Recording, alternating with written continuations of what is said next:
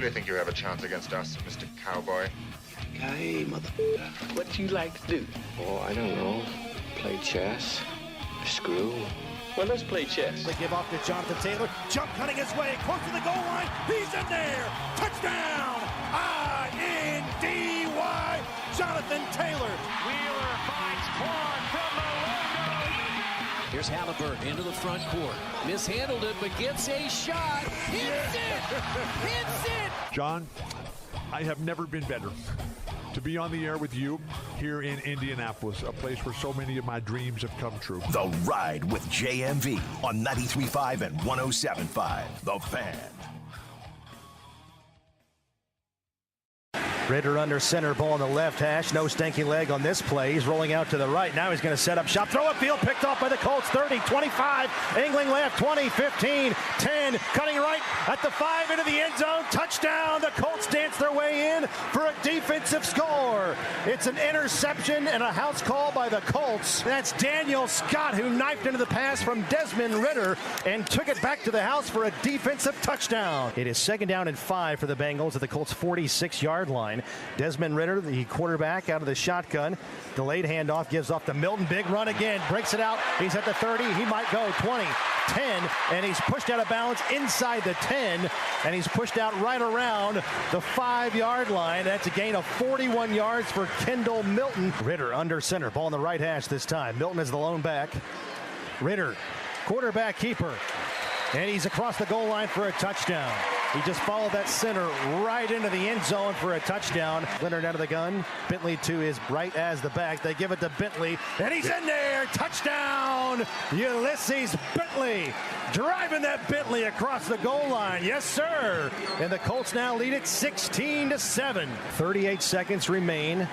Leonard, meanwhile, backs to throw on 2nd and 10. Going to loft one downfield for Treadwell. He's got it. Wow. Inside the 20, 10, 5, and he walks into the end zone. Laquan Treadwell. Yes, sir. A bomb put right on the money by Riley Leonard. And Treadwell made an over-the-shoulder catch. It went over his right shoulder into the breadbasket, and he walks in, got behind the secondary for a touchdown. Out of the gun, Bean. Bean hands off to a running back, Bentley, and he's into the end zone again, untouched from 12 yards away. His 2nd rushing touchdown of the ball game, and the Colts are pouring it on the scoreboard now. It's Indianapolis 30 and the Bengals 7. So Bean deploys 3 receivers left. One goes to the right. That's Parker. Has a running back to his right to protect. That's Naquan Wright. Bean is going to move Coleman Owen closer to the formation. Shotgun snap for the quarterback. He looks left. Over the middle, drives it upfield, catch into the end zone, touchdown, Coleman Owen. Victory formation, and the preseason finale in Cincinnati belongs to the Indianapolis Colts. The clock will run out, and the final score today in Cincinnati at Paycor Stadium on the Rupp Mortgage scoreboard will be the Indianapolis Colts 41 and the Cincinnati Bengals 14. That is Matt Taylor. That is Joe Wright. I am JMV. That was the Colts Radio Network. This is a 3-hour program where we describe to you, where we have conversations with you exactly what you witnessed if you watched that in its entirety. Maybe you didn't. Maybe you just heard the rumors regarding Riley Leonard. And before we get started, I don't want to downplay anything for you. And here's why. Because holy hell, if there is a fan base that needs to find some energy in whatever form or fashion it might be, even if it is by virtue of a preseason game 3, it would be you guys. And your good friend sitting right here, being me, recognizes that. I know that you need it. And it really doesn't matter the spark for any fire and how it's created. It just needs to be created. Otherwise, you're just sitting there going, holy hell. Maybe some different names, occasionally a different situation, but all of this crap is absolutely the same. So I look back to Saturday, and I'm thinking, whatever floats your boat and excitement, then so be it. And if we get to sit here and talk about how you believe Riley Leonard should be the heir apparent here relatively soon to the starting quarterback position with the Colts, I'll hear it. I'm sure we'll discuss it. And because I tell you that there's no way in the world it's going to happen right now, and that would be a really good start for a rookie quarterback where you don't have a great deal of focus as to being a leader of an organization in the world's most important position in sports. I don't want to downplay it for you. He did above and beyond what you need to do to spark this discussion in that situation on Saturday. That's what he did. But you guys obviously are smart enough to understand that everything else as a part of this is entirely different. And it's going to be different coming up a week from Sunday. But there is nothing wrong with having this conversation. So I'll start right here. What he did, again, is what you want to see guys, given those circumstances and that situation, do. It's weird, right? And we've said this before. It's like you're damned if you do because you're supposed to, and if you don't, you're an absolute disaster. You're a mess. So this doesn't equate to Anthony Richardson being on the trading block any more than the Raiders needing a quarterback. And is Anthony Richardson available? None of that. It means that just maybe we can see them develop a quarterback. Hold on. I said the big D word right there. Develop a quarterback. And listen, I understand. Third string quarterback, and you're saying, well, is he going to end up on the practice squad? Will somebody get him, poach him if he's on the practice squad? There, again, as I brought up to Jake, there are some similarities to that of Chad Kelly. We've gone through that. Or to Sam Ehlinger. The late Jim Irsay absolutely loved Sam Ehlinger. We know that to be true. You know, to the point where in the disaster of, 2022, that they all run together by now. But, you know, in that particular season of disaster, you give it a shot, you give it an opportunity. But needless to say, we all would understand this, even with the excitement. And it doesn't necessarily have to be a Notre Dame fan. It's weird. I thought in watching that game, and I know that I'm just making the basic connection between he and Fairhope, Alabama, and his relationship with Phillip Rivers. You did see some similarities, and I'm going to give you reason to be excited because that ball to Treadwell, when you look back on it, and I know I sound drunk, and I'm not. Later on this week I will be, but I'm not now. That ball to Treadwell may have been the best thrown ball that we have seen by a Colts quarterback in how long? Anybody? Can I see a show of hands? 317-239-1070 inside our text line. And I'm not a Notre Dame fan. I'm not making light of it because he's a former Notre Dame quarterback or anything like that.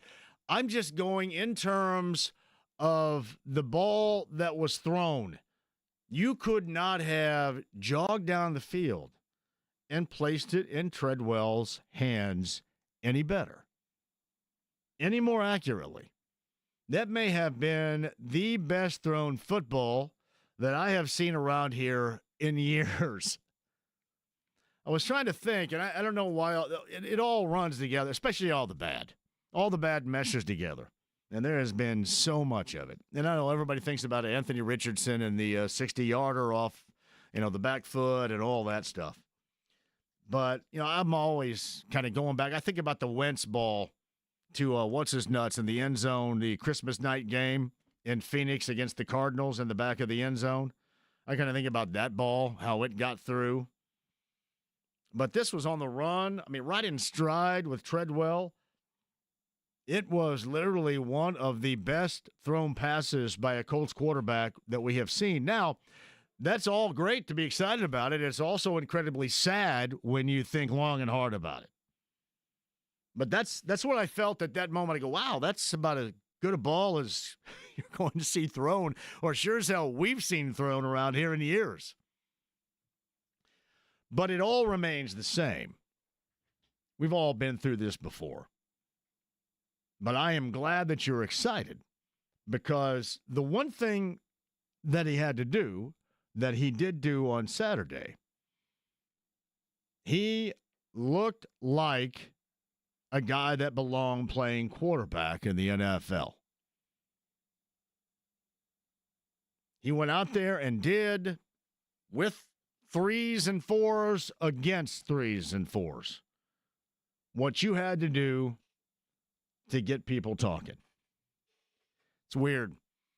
I revert back to a film. Remember the film and a semi-biography regarding the pitcher Jim Morris? The nutball Dennis Quaid played the lead. And I say nutball because he's been on the show before, and I think he was incredibly stoned. He's not the only person that's ever been stoned. And you'd be surprised some of the people that have been on this show stoned before. But I think he was stoned. It was an interesting interview, but it was Dennis Quaid. Dennis Quaid played the role of Jim Morris, who you remember in that film about Jim Morris for the Tampa Bay Rays years ago, being a teacher and then being an old guy and getting a shot and then ultimately playing in Major League Baseball for the Rays. And he went to try out and get a look-see by the Rays at some tryout camp in Texas, and the guy that was catching him said, hey, you know, you got people talking. You got people talking. And, of course, he dismissed it. I'm an old fart. We sit here and dismiss it. Third string, fourth string guys, who cares? But he got people talking. And that's a good thing. Because normally when we're talking around here, especially about that position, it has rarely been anything positive. So we have that going for us. I don't know what that's going to equate to, if anything whatsoever. Probably absolutely nothing. But he got people talking. And he looks like he can play the position. He looks like he belongs out there. He looks like he knows what he's doing. All these things that have been really unfamiliar for us around here regarding that position over the years, he showed that. I think we understand the scope in which we did see it, but he did show that. And that was good. Seriously, the best pass we have seen from a quarterback around here, and how long? Out of curiosity. Like, Josh just sent me this at 317-239-1070. It's okay to say it. It looked like a throw Luck would have thrown. I didn't even think about Andrew Luck. Like, I didn't. And again, I'm going to revert back to what I had mentioned because of his relationship with Phillip Rivers and the whole connection in Fairhope, Alabama. I thought more about Phillip Rivers. I thought when Phillip Rivers was here, he was as professional a player and especially quarterback as we've seen. Remember, Phillip Rivers reminded us with his professionalism of Manning and how he went about his business. He reminded us of Peyton Manning. I'm not saying you put up numbers like Manning, but he reminded us with his professionalism of Peyton Manning. I thought Riley Leonard reminded us of Rivers because of a lot of that. That's what I saw more than anything else. But it's an easy connection to make because of their relationship. But I didn't think about Luck. I was thinking about Luck yesterday with Frank Reich and Stanford and clock management. I was thinking about that. But I did not think about that in terms of Luck, if that makes sense. I love this. JMV, I was there with your boy Noah. See, there needed to be, Chris, there needed to be a good reason why my boy Noah's ass didn't show up to play hoop yesterday morning. I mean, hell, James Boyd, for goodness sake, showed up. Like 2 weeks in a row now, James, for James Boyd. And he was salty yesterday. He was salty, a little bit mouthy. It's all good, though. Everybody's good with it. But I was hoping, Chris, that there was a good reason my boy Noah didn't show up and play ball. You were in Cincinnati with Noah, and you thought that pass was, quote, purty, because it was. JMV, there's nothing wrong with having a conversation about Riley Leonard. However, people need to remember that he wasn't playing against starting NFL teams. And that's exactly what I'm trying to tell you, while also not taking a whiz and putting out your campfire. Continued. Just like in the NBA, someone who scores a lot of points against the third string doesn't translate to being an all-star against other team starters. We need to temper our hope for fans. Hey, I think we all understand what's going to be the outcome, but I'm not going to squash any enthusiasm from any fans around here because it has been at the lowest level in which I have ever seen it while doing radio. So I'm not going to squash it. We can talk about it. I know the outcome. You guys know the outcome. But I'm not going to squash it. I'm not going to tell you it was make-believe because it was real. We did see it. But that's why I have to fully and adequately explain where this thing is right now.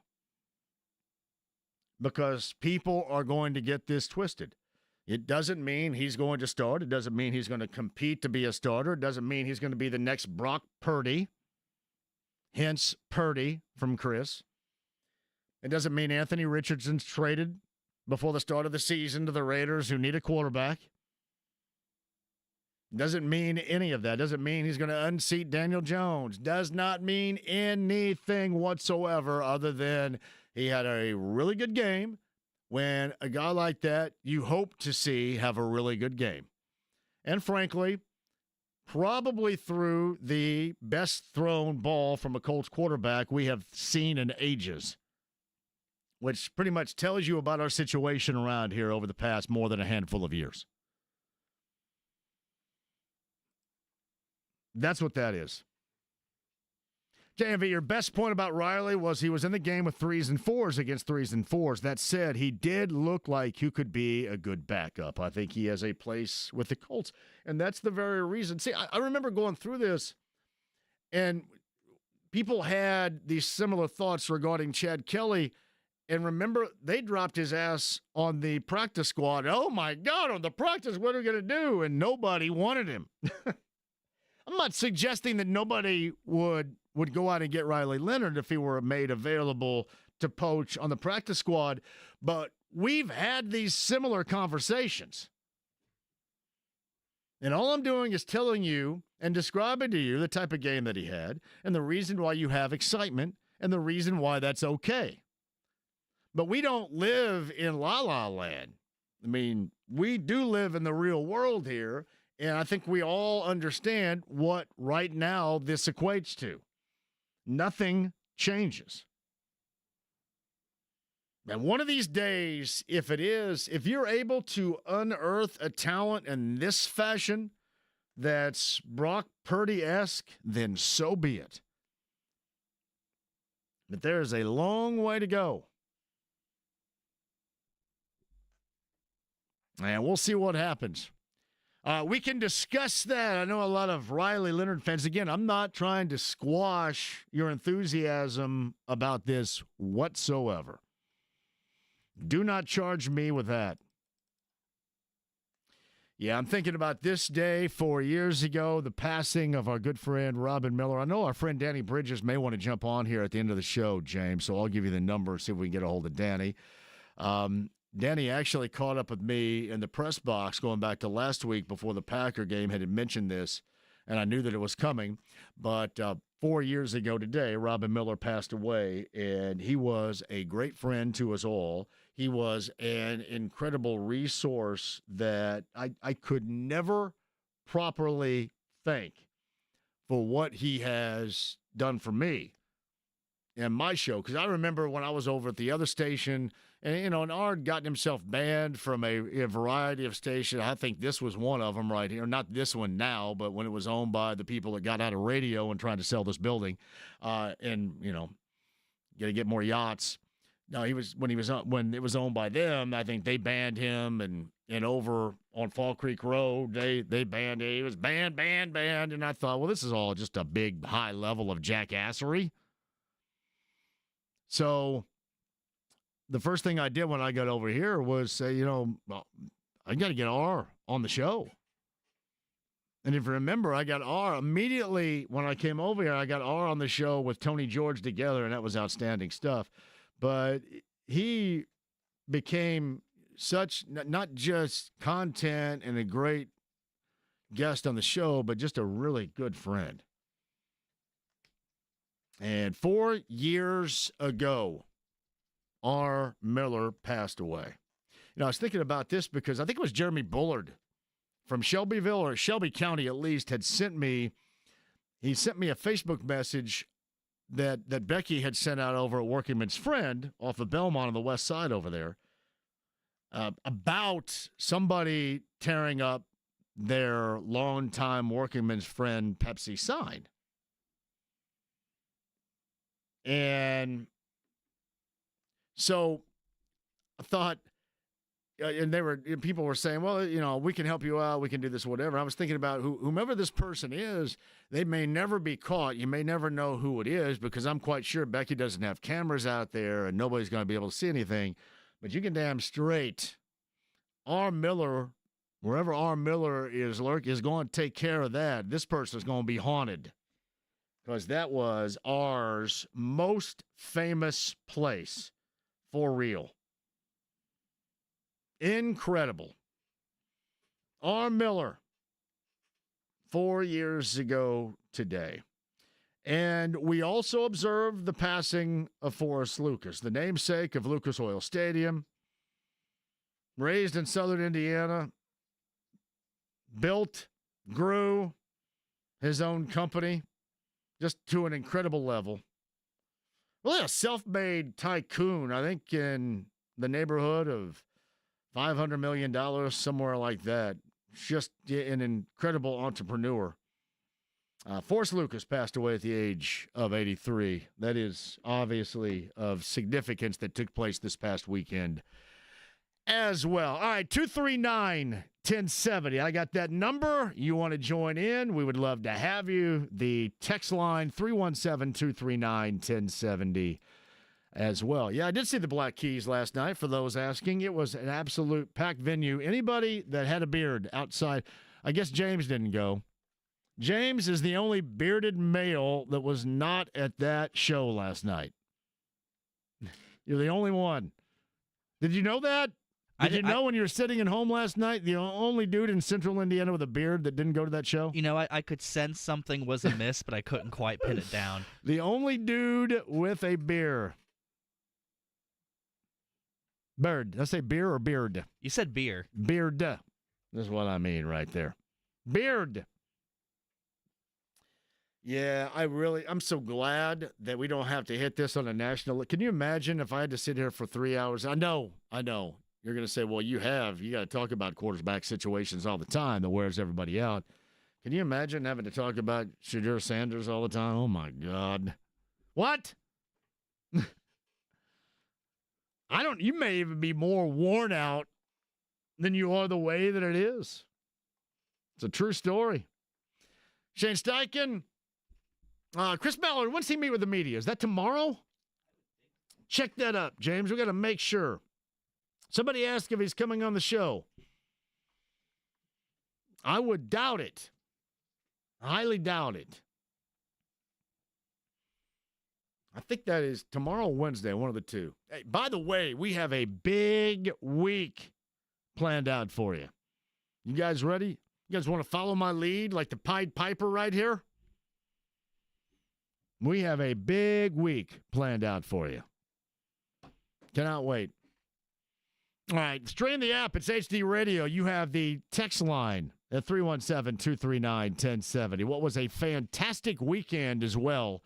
We'll document that, and every time I see a Pacer playoff highlight, I'm sorry, I stop and I watch. I've seen it over and over and over again, but I stop and I watch. Happy birthday to the legendary Reggie Miller as well, the former Pacer. I was just thinking about that the other day. Every time a Pacers playoff highlight happens for this season, I stop and I watch.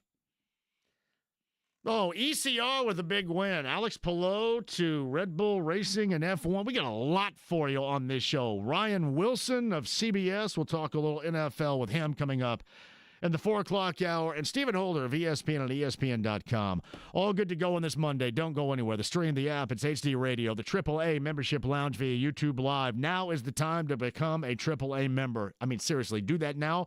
All the perks and somebody that has your back on the open road.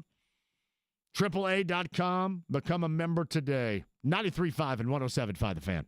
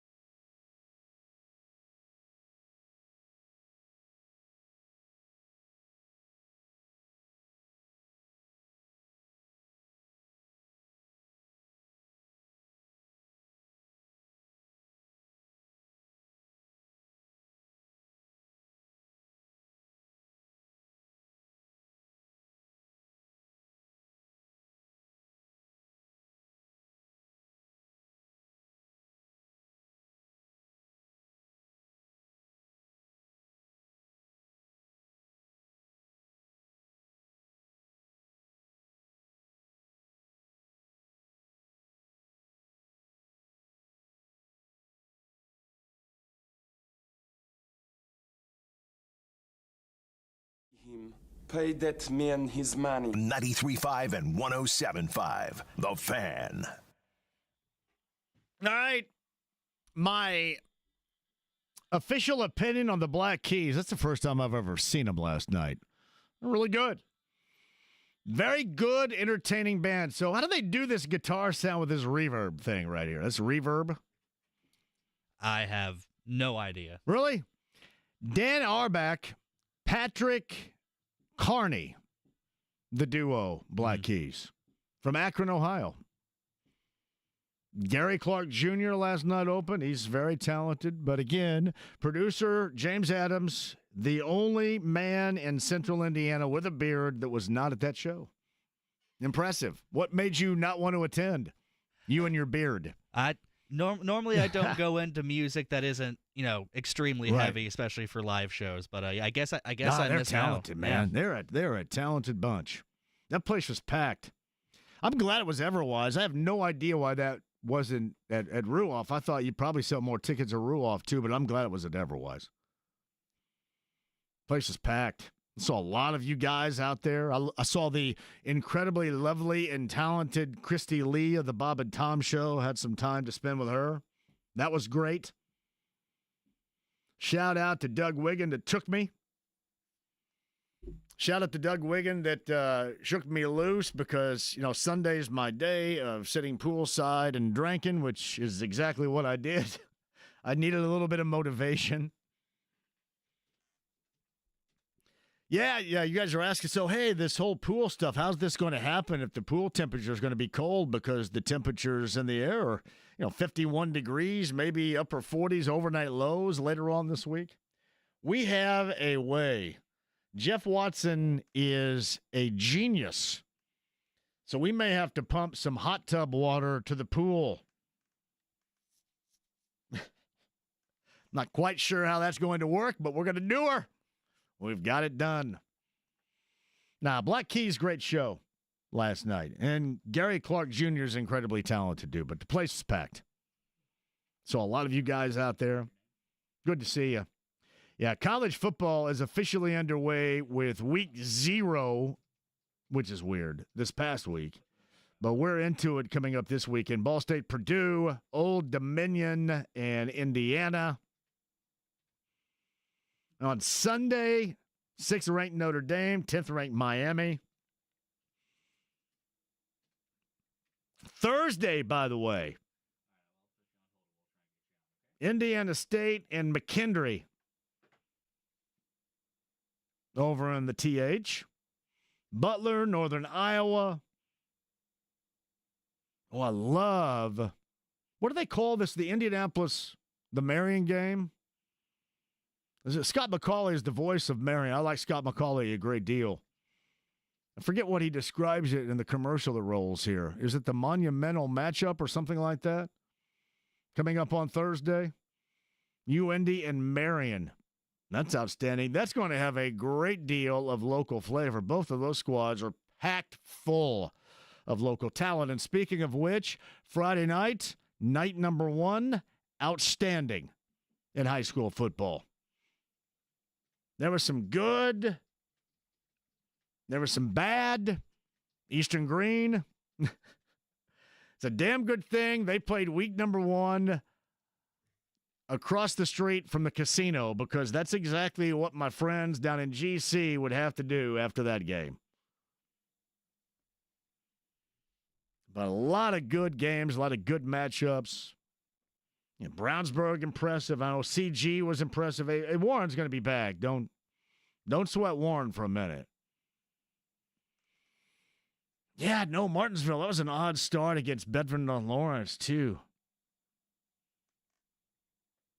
Yeah, all good. Bob Lovell, week number 2, coming up on Friday's show. I'll explain where we're going to be coming up later on this week, too. Out and about and plenty of opportunity, not just for one appearance with us, but multi-appearances with us. Later on this week and this weekend.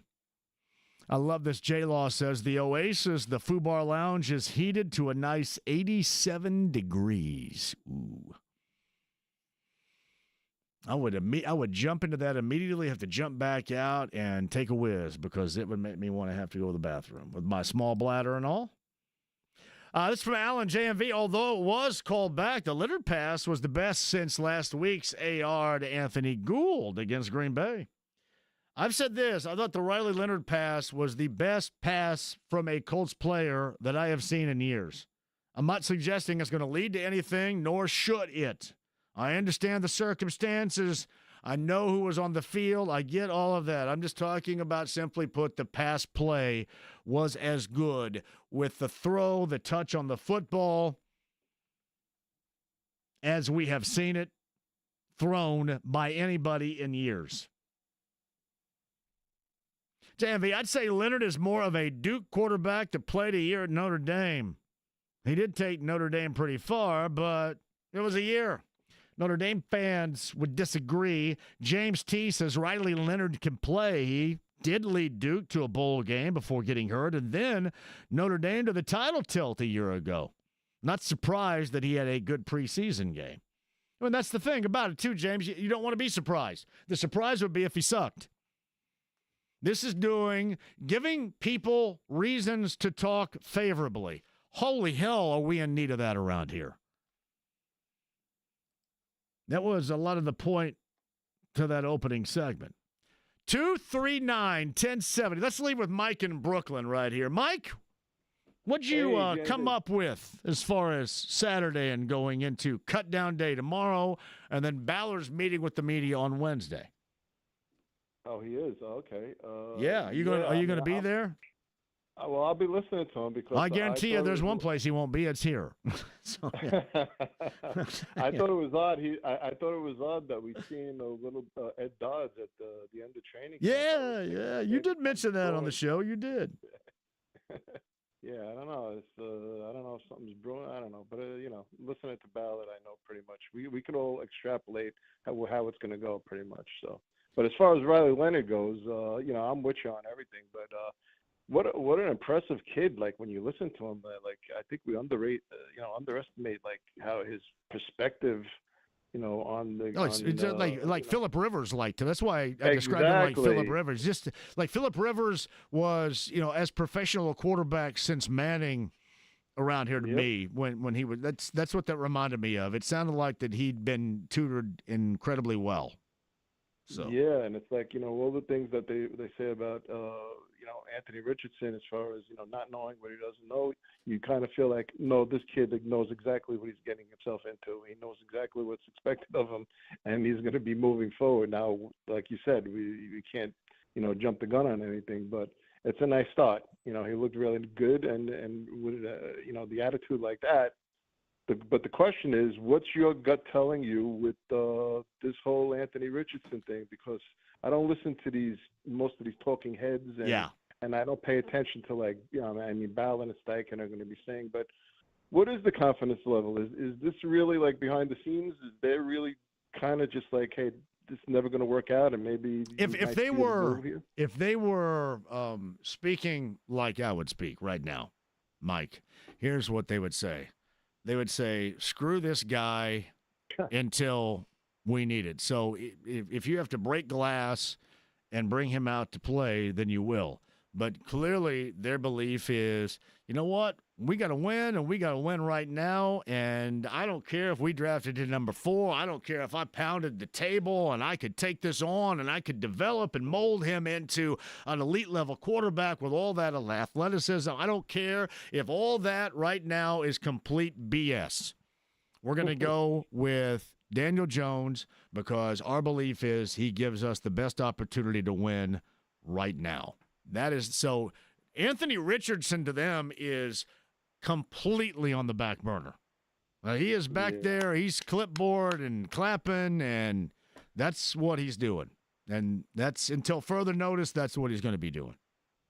Yeah, I'm just interested to see if they're maybe thinking about maybe making a move if they're completely done with him. I don't know. I mean, you touched on something last week with the whole Morocco Brown thing because when I first heard that and the daughters took over the team and Morocco Brown was offloaded, I immediately said that is definitely got to be you got us into this you were the one that was pushing for this guy, and now he's no longer there, and that's a little too much of a coincidence. Yeah, and there were a lot of dudes in that room that were really excited about that and wanted to take on the challenge of molding him into an elite level quarterback that in that process have failed miserably to this point. So he wasn't the only one. Yeah, well, hey, like you said, we could take some positives, and I'll leave you at that. I'm getting ready to take my yearly. I'm taking a little week trip to Vegas. Yes. On Wednesday, so and then get ready for this regular season. So maybe I'll check in with you from Vegas. Are you? Yeah, you should too. Do you ever come to Indy? I have never been to Indy, and it's like I feel like like in the Roman Empire, I'm like in the provinces, the outposts, like the gladiators that never actually went to Rome.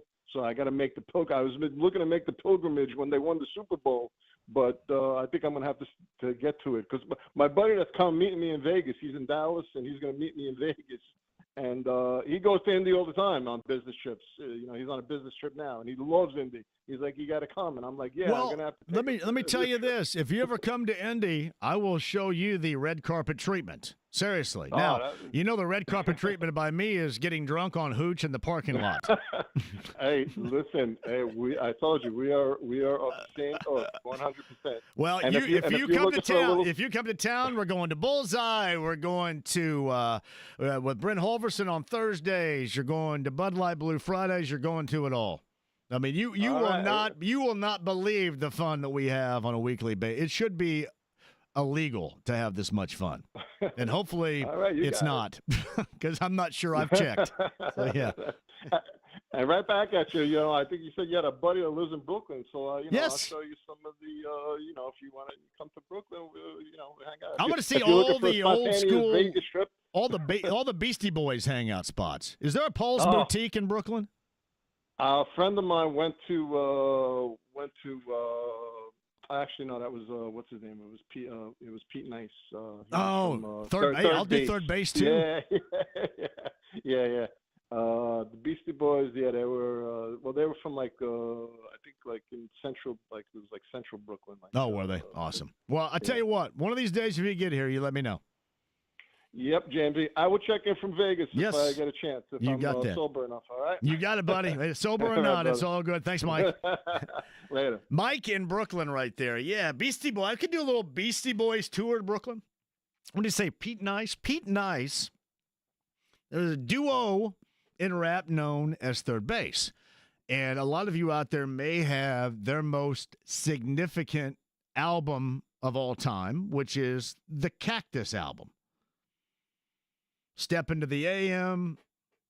James, can we come back with the Gas Face by Third Base? I think we need to come back with the Gas Face. Because I'm sure a lot of you, and certainly this, like when a lot of you were single and you were trying to pick up, to hook up, to find that lady, I'm sure that you witnessed the Gas Face from whomever a number of times. But we'll do the Gas Face. The Cactus album was Third Base. So we had, once upon a time, MC Search was a DJ in Detroit. I'm not sure if he still is or not. But Search was on the show, and then Pete Nice was a card collector and had a card shop, an athletic card shop. I thought it was somewhere in South Carolina. Those guys at the time didn't get along, but I think they mended some fences. I'm not sure where it is right now.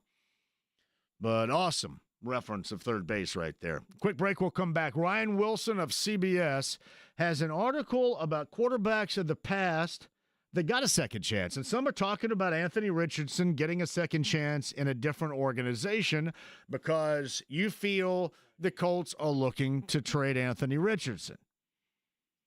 We'll talk to Ryan Wilson about that, Ryan Wilson about a lot of other things in the NFL, and maybe even more important, a bit of a shred on some of the quarterbacks. All we do is talk about Arch Manning this and Arch Manning that when there is absolutely no evidence that Arch Manning is going to get clear of Austin after this particular season.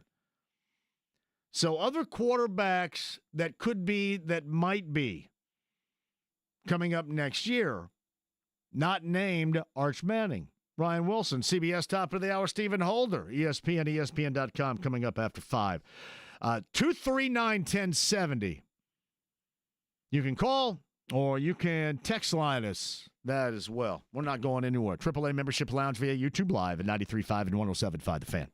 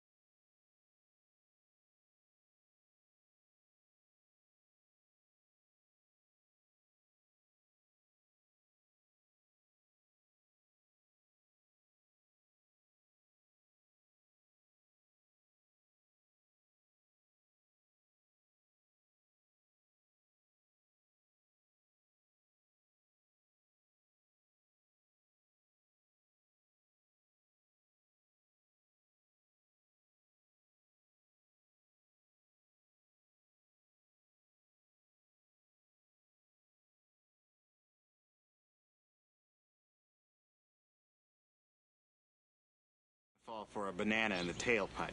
You're not gonna fall for the banana in the tailpipe? It should be more natural, brother. It should flow out like this. Look, man, I ain't falling for no banana in my tailpipe. 93.5 and 107.5. The Fan.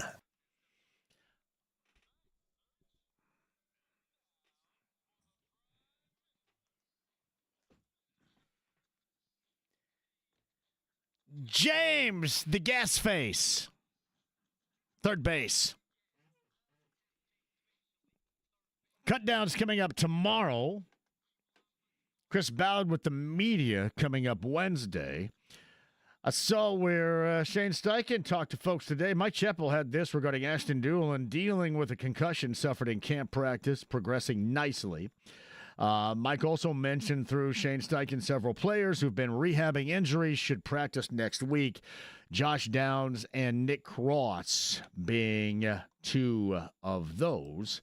That according to Mike Chappell from Shane Steichen a little bit earlier today. Ryan Wilson's got an article about second chances for quarterbacks in the NFL.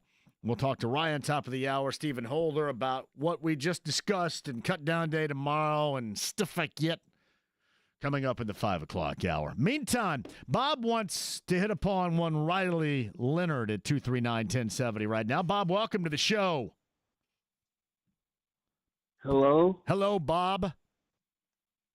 Yes, I enjoyed the game. I believe that Leonard has some abilities. He kind of reminds me of a young Archie Manning, because Archie Manning had an arm, he can throw, and Eli, his son, seemed like he has adopted his dad's playing style. So there may be some people that may not agree with me, but that's all right. We can disagree and still love each other and enjoy life. So I'm trying not to squash everybody's good feelings right now because they're just simply put, Bob hasn't been enough around here, even though I think we all understand the reality of the situation, don't we? Yes, sir. Yes, we do. Bob, thank you for the call. I appreciate it. We not have time for Big Dave's been on hold for a minute. Hey, Big Dave, I tell you what, Big Dave, can I get Big Dave right after the top? Big Dave, you're so special. We're going to give you clearance at the top before Ryan Wilson of CBS. Inside the AAA Membership Lounge via YouTube Live, I'm looking at you as well. Hour 2 straight ahead, 93.5, 107.5 The Fan.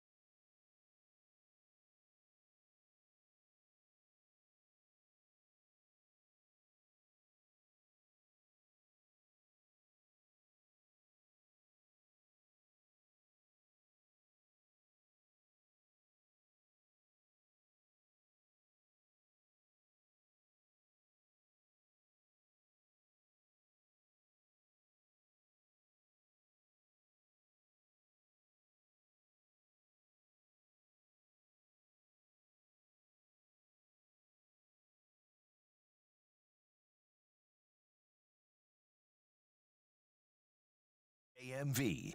Ahoy, Ploy. 93.5 and 107.5. The Fan. Oh, we got a big week. Thursday, Friday, Saturday, and Paradise Day Watson Sunday. Woo! Seriously, I'm going to have to go through like one of these Loudon Swain Vision Quest workouts to prepare properly for Thursday through Monday coming up this weekend. I'm going to be running in some like, remember he ran in that weird suit?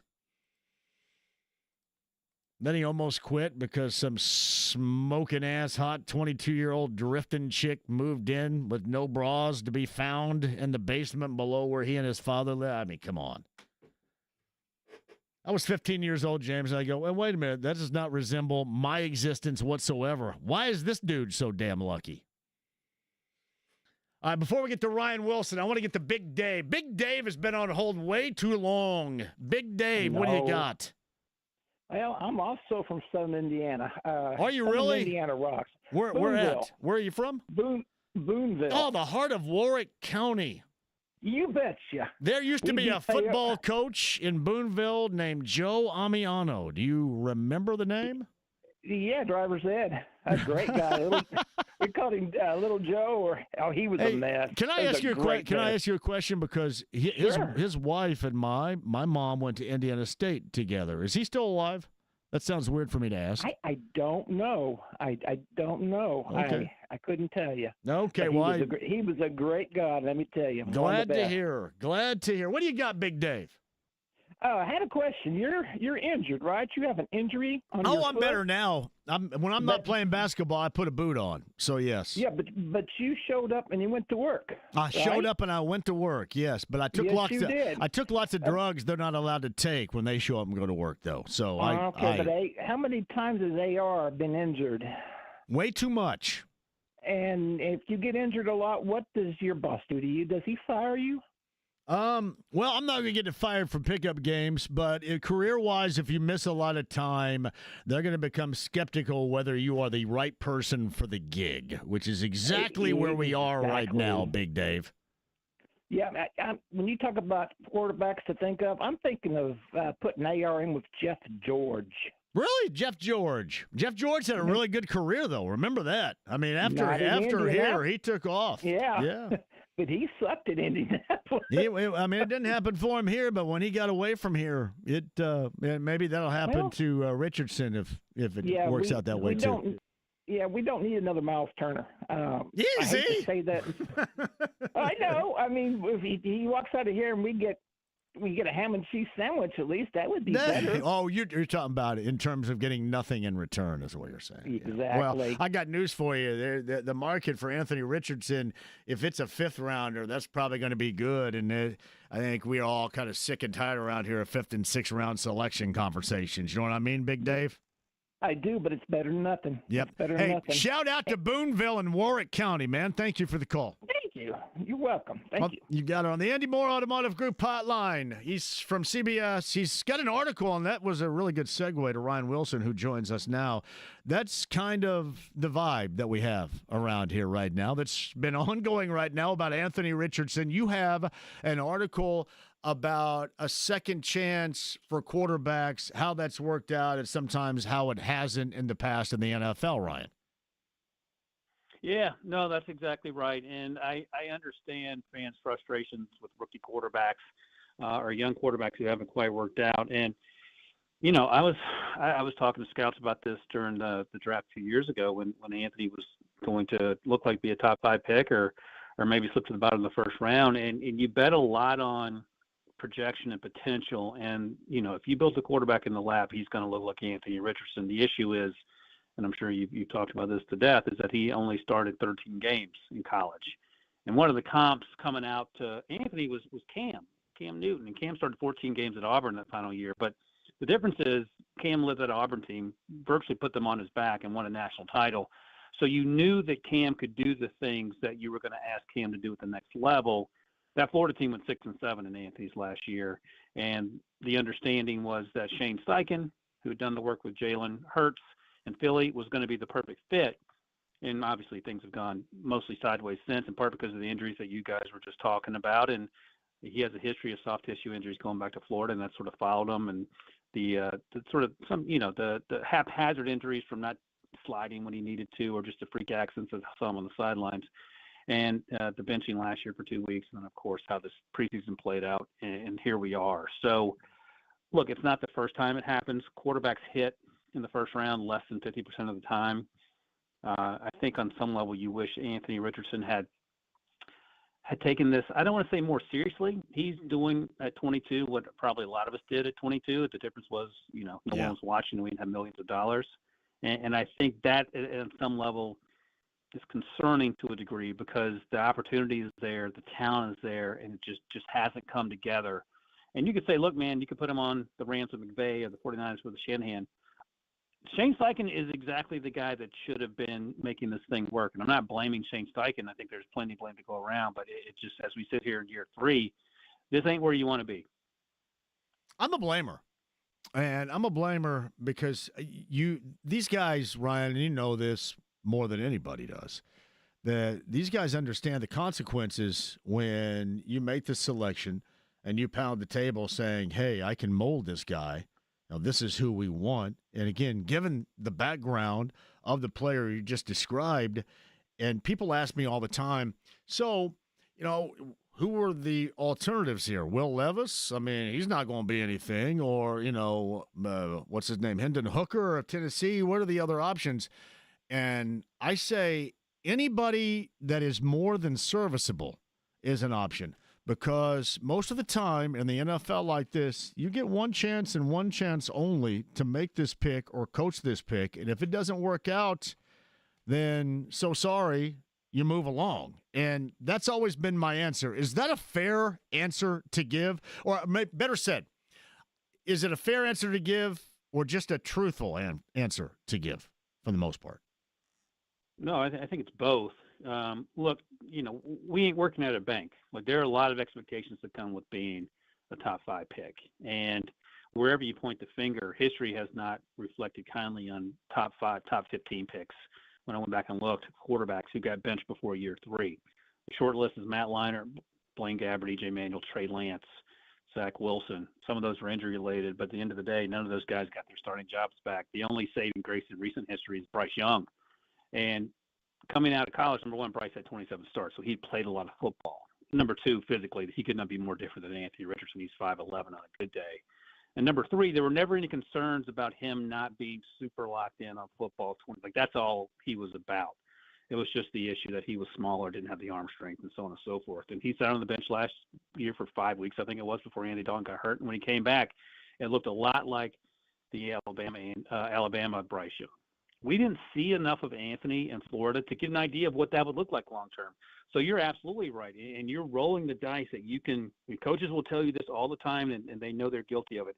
I can fix that kid. I can get the most out of that kid. I know he's only played 13 starts. I only had 13 starts, and I know he's had soft tissue injuries. We'll get him where he needs to be, and that's the whole reason you're an NFL coach, whether you're a head coach or an assistant. Like I said, it works out less than half the time, so you have to live with those losses when they show up. And then the question becomes, and I give Anthony credit for saying all the right things when he got benched, you would like to see him, and we saw last year Sam Ehlinger playing a big part in getting him to the point where you need to be an NFL pro as you're sitting on the bench. Those sorts of things, when you talk to people around the league, haven't quite clicked in. Like, he's not working as hard as Bryce Young is working. He's not working as hard as Peyton or Andrew Luck back in the day to keep it in Indianapolis. And I think that sort of focus is required to do this sort of job, because there are players in the league that are quarterback that aren't close to being the athlete that Anthony is.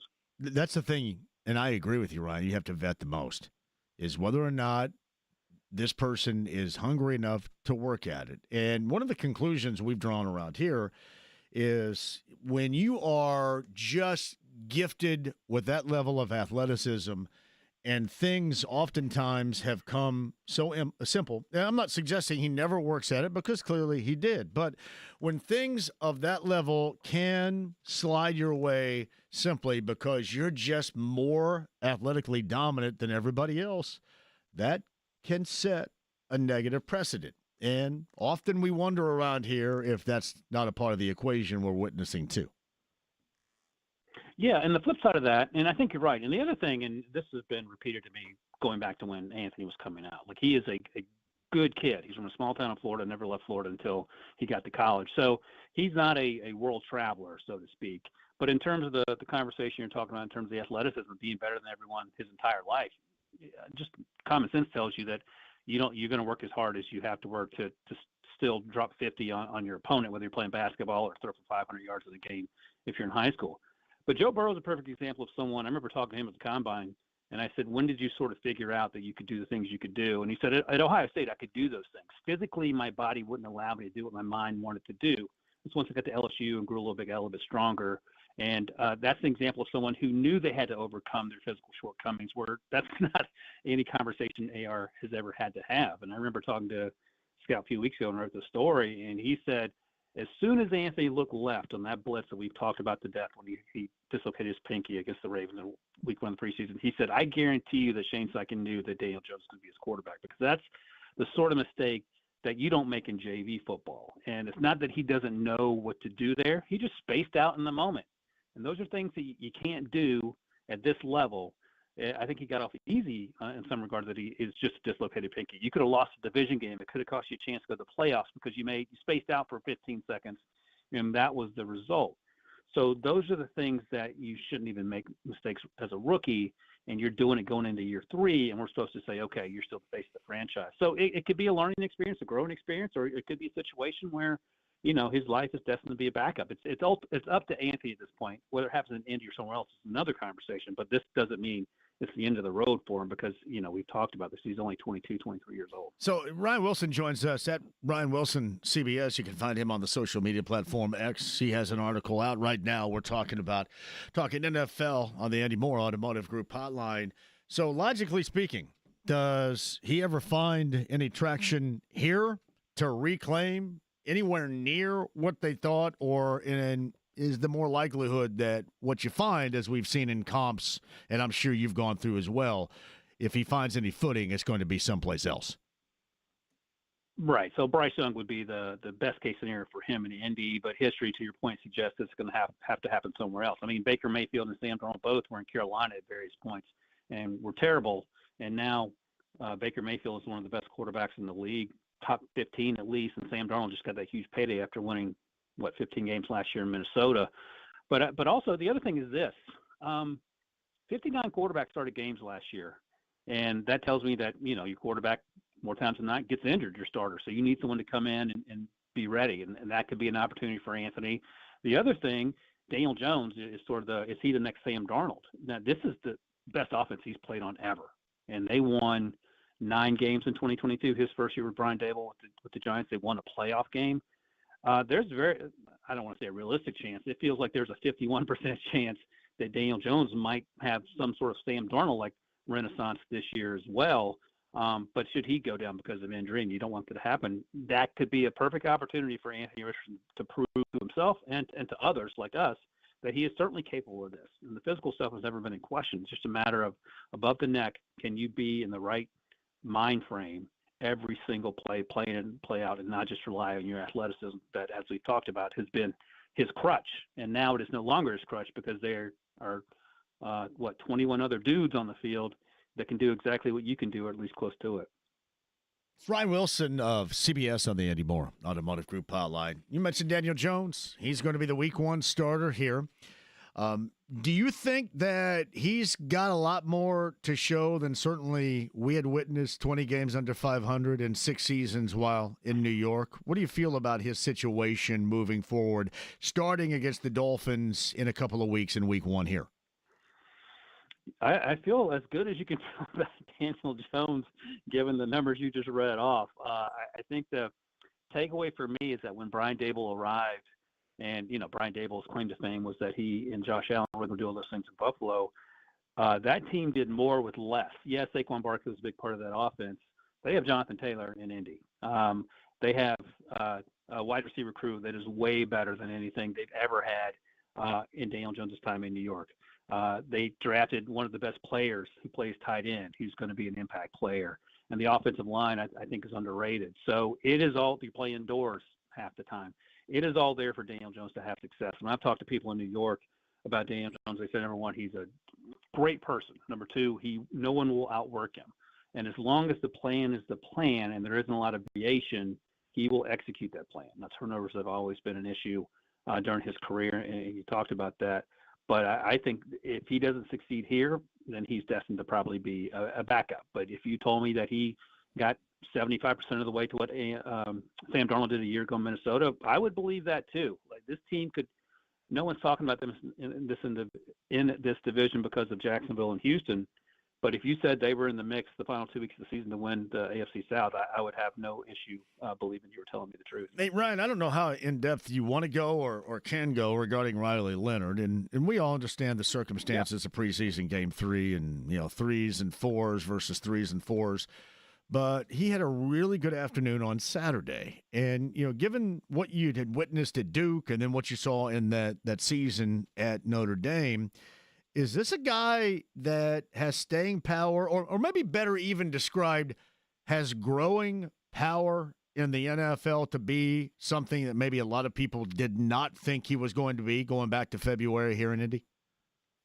Yeah, no, I think so. It's funny because when he was drafted by the Colts, my joke was that he's equal parts Anthony Richardson and equal parts Daniel Jones, because he's a fantastic athlete who can make some plays, and then he can do some boneheaded stuff that leaves you scratching your head. I thought at times he was a better passer at Duke than we saw last year at Notre Dame. He's a great kid. We talked to him at the Combine, and he's all about ball as well. He's not going to have any issues with him off the field. But I think it's funny because, the conversation now everywhere is Shedeur and Dylan Gabriel, who are both developmental quarterbacks. I think Riley Leonard is the personification of a developmental quarterback.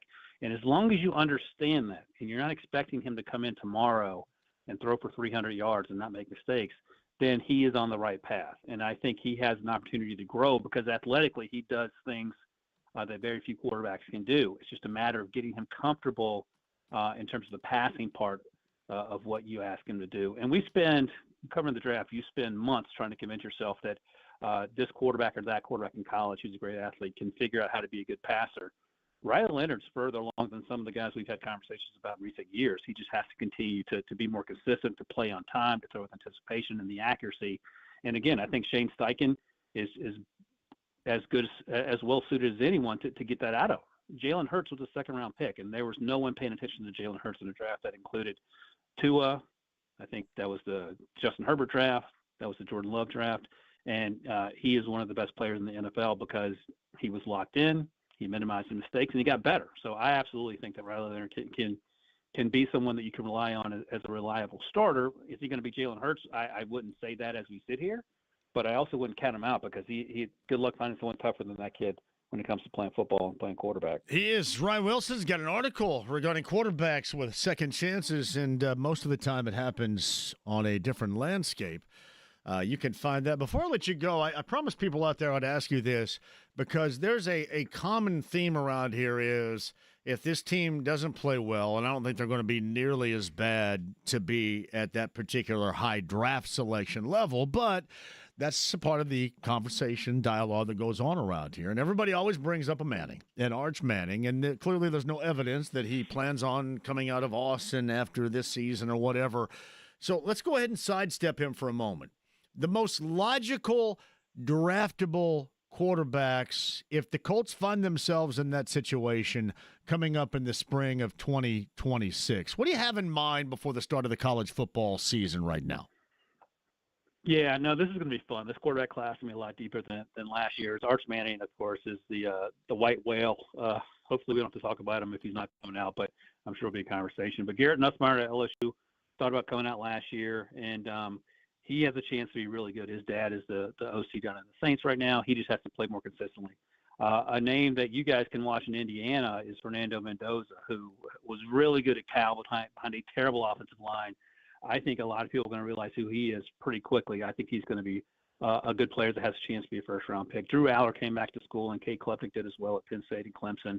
And those guys, different body types, both have the potential to be big-time players and first-round picks as well. And then, if we want to continue the Anthony Richardson conversation, Lenore Sellers in South Carolina, he might be the best running back in college football, not named Jeremiah Love, but he is a quarterback. if he gets better as a passer, we'll be talking a lot about him. But that's where he needs to grow. We talked about that with Riley Leonard. If he can progress, and part of me hopes he comes back. If he doesn't get to that point, he could have a chance to be truly special. And that's just a handful of guys. There could be 5 or 6 other guys we're talking about. And I didn't even mention Carson Beck, who everyone was talking a lot about last year this time before he transferred out of Georgia to Miami. Hey, Ryan, before I let you go, give me a comparison or us a comparison on the quarterback class that we witnessed this past year, or going back to even Richardson's 2022 quarterback class that had, Stroud and Young, and I mentioned Hooker and Levis and all that particular class, compared to what we think this quarterback class in 2026 is going to look like. Yeah, Bryce and CJ both played a lot of football, 27, 25 starts, I believe. We knew Anthony didn't. Levis played a lot, but there were questions about his consistency at both Penn State and then at Kentucky. And then Hendon had played a lot, but he tore his ACL, and it sounds like he's about to get cut in Detroit. This class, Arch is Arch, but Garrett's played a lot of football. Fernando Mendoza has. Drew Aller came back this year, and Cade Klubnik as well. They've all come back. And I think Bryce and CJ would be in there. I think they would be, again, disregarding Arch, would be QB1 in this class. But there's a lot of players who have played a ton of ball, and that's what teams sort of lean on. You're not having to project quite as much. Lenore Sellers has not played a lot, so that's a concern. Nico Yamaliava, he transferred to UCLA. Incredible specimen, but he hasn't played a lot of ball either. So I think in that sense, it's much better. Last year's class, it was Cam Ward played a ton of football. Dylan Gabriel played a lot. Shador played a lot. But this class is so much deeper than that class. Now, if you want to talk about the Caleb, Jaden Daniels, Drake May class, that was special, and that has worked out pretty well thus far. So this group would probably be behind that one, probably the CJ and Bryce class. Ryan Wilson of CBS got an article, good breakdown right there, too. You can find him on X, Ryan Wilson, CBS, kind enough to join us on the Andy Moore Automotive Group hotline. I'll tell you what, when we start this season, just with the NFL, and because I'm supposed to have Mendoza on sometime, so I'm just writing down notes you are giving me about him, too. And I know, we all know kind of about the Cal offensive line struggling, and you saw what Kurt Cignetti did to really fortify the voice of the Hoosiers, Don Fisher. I talk to him every week, and I hang out with him a little bit on Fridays, and he told me that this may be the best offensive line that we have seen at IU in forever, and there's a reason behind that with this particular quarterback, too, so should be fun as hell to watch. We'll check back with you and get some more of your insight. I really enjoyed the conversation, Ryan. Thank you. Absolutely. Thank you. So Ryan Wilson on the Andy Moore Automotive Group hotline. Yeah, that makes sense. We've made that connection before with Cal and running for your life and being here at Indiana behind an offensive line that Don Fisher has told us a number of times, and then me personally as well, that it is as fortified as it has been in his estimation in a long time in Bloomington. They're officially underway this weekend. I'm going to get somebody from IU, I think, coming up either tomorrow or Wednesday, one of the two. So I don't know exactly who it might be, but we shall see. We'll start talking that up. We'll get somebody from the Boilers as they embark on the Barry Odom era up in West Lafayette. Get that going for you as well as college football is officially back in week number 1. Coming up later on this week. Ryan Wilson on the Andy Moore Automotive Group hotline. Stephen Holder still to come. And your calls at 239-1070. Your text messages at 317-239-1070. The AAA Membership Lounge via YouTube Live at 93.5 and 107.5 The Fan.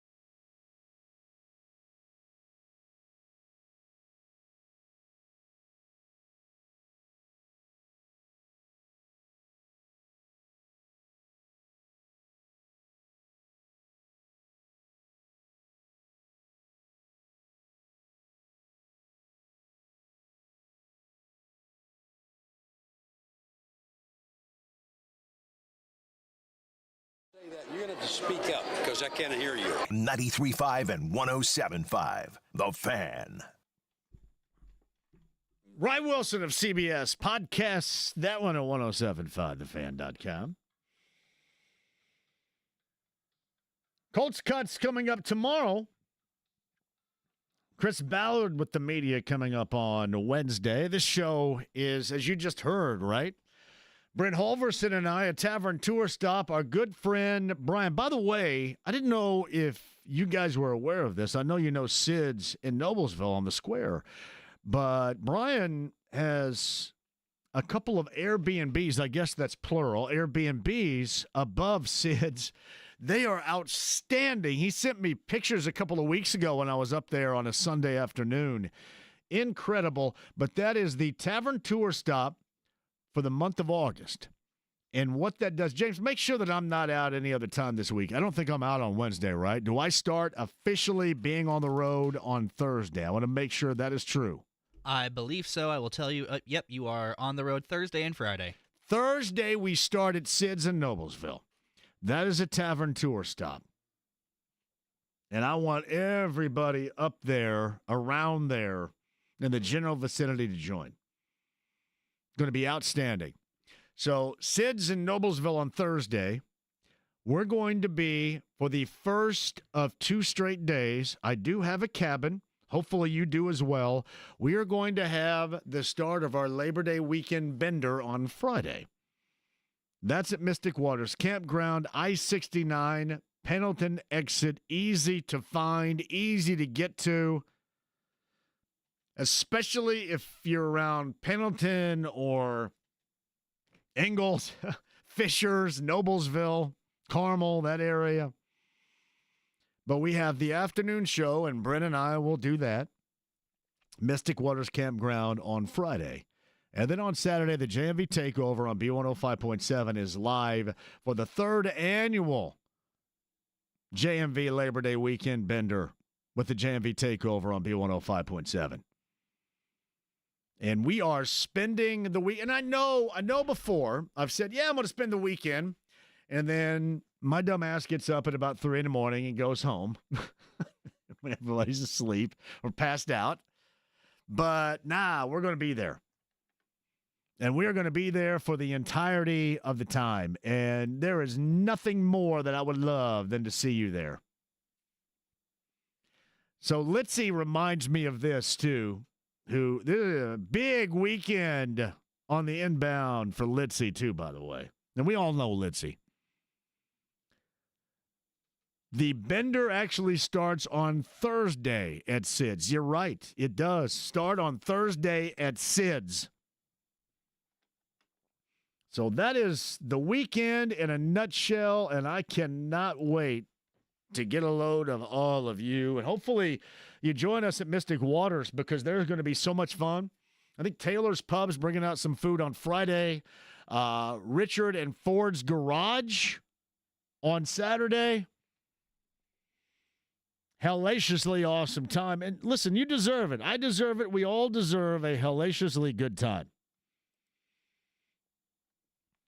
Oh, yeah, and then, by the way, on Sunday, Paradise Day Watson, there's another good time.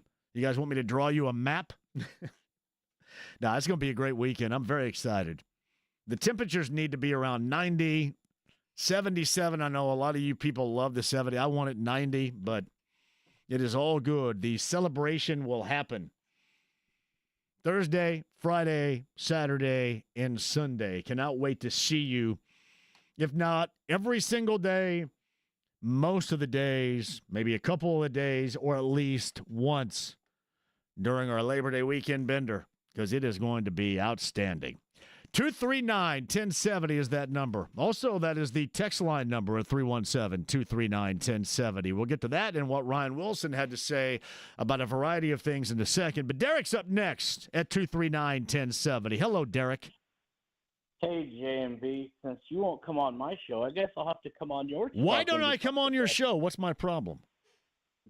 You know what? You're JMV. You do what I you am want. not. Listen, I will come on anybody's show. I have no problem with it. Anywho, You brought up Alex Palou, and I think this could be a great opportunity for him. I mean, you see how dominant, up close and personal that Palou has been.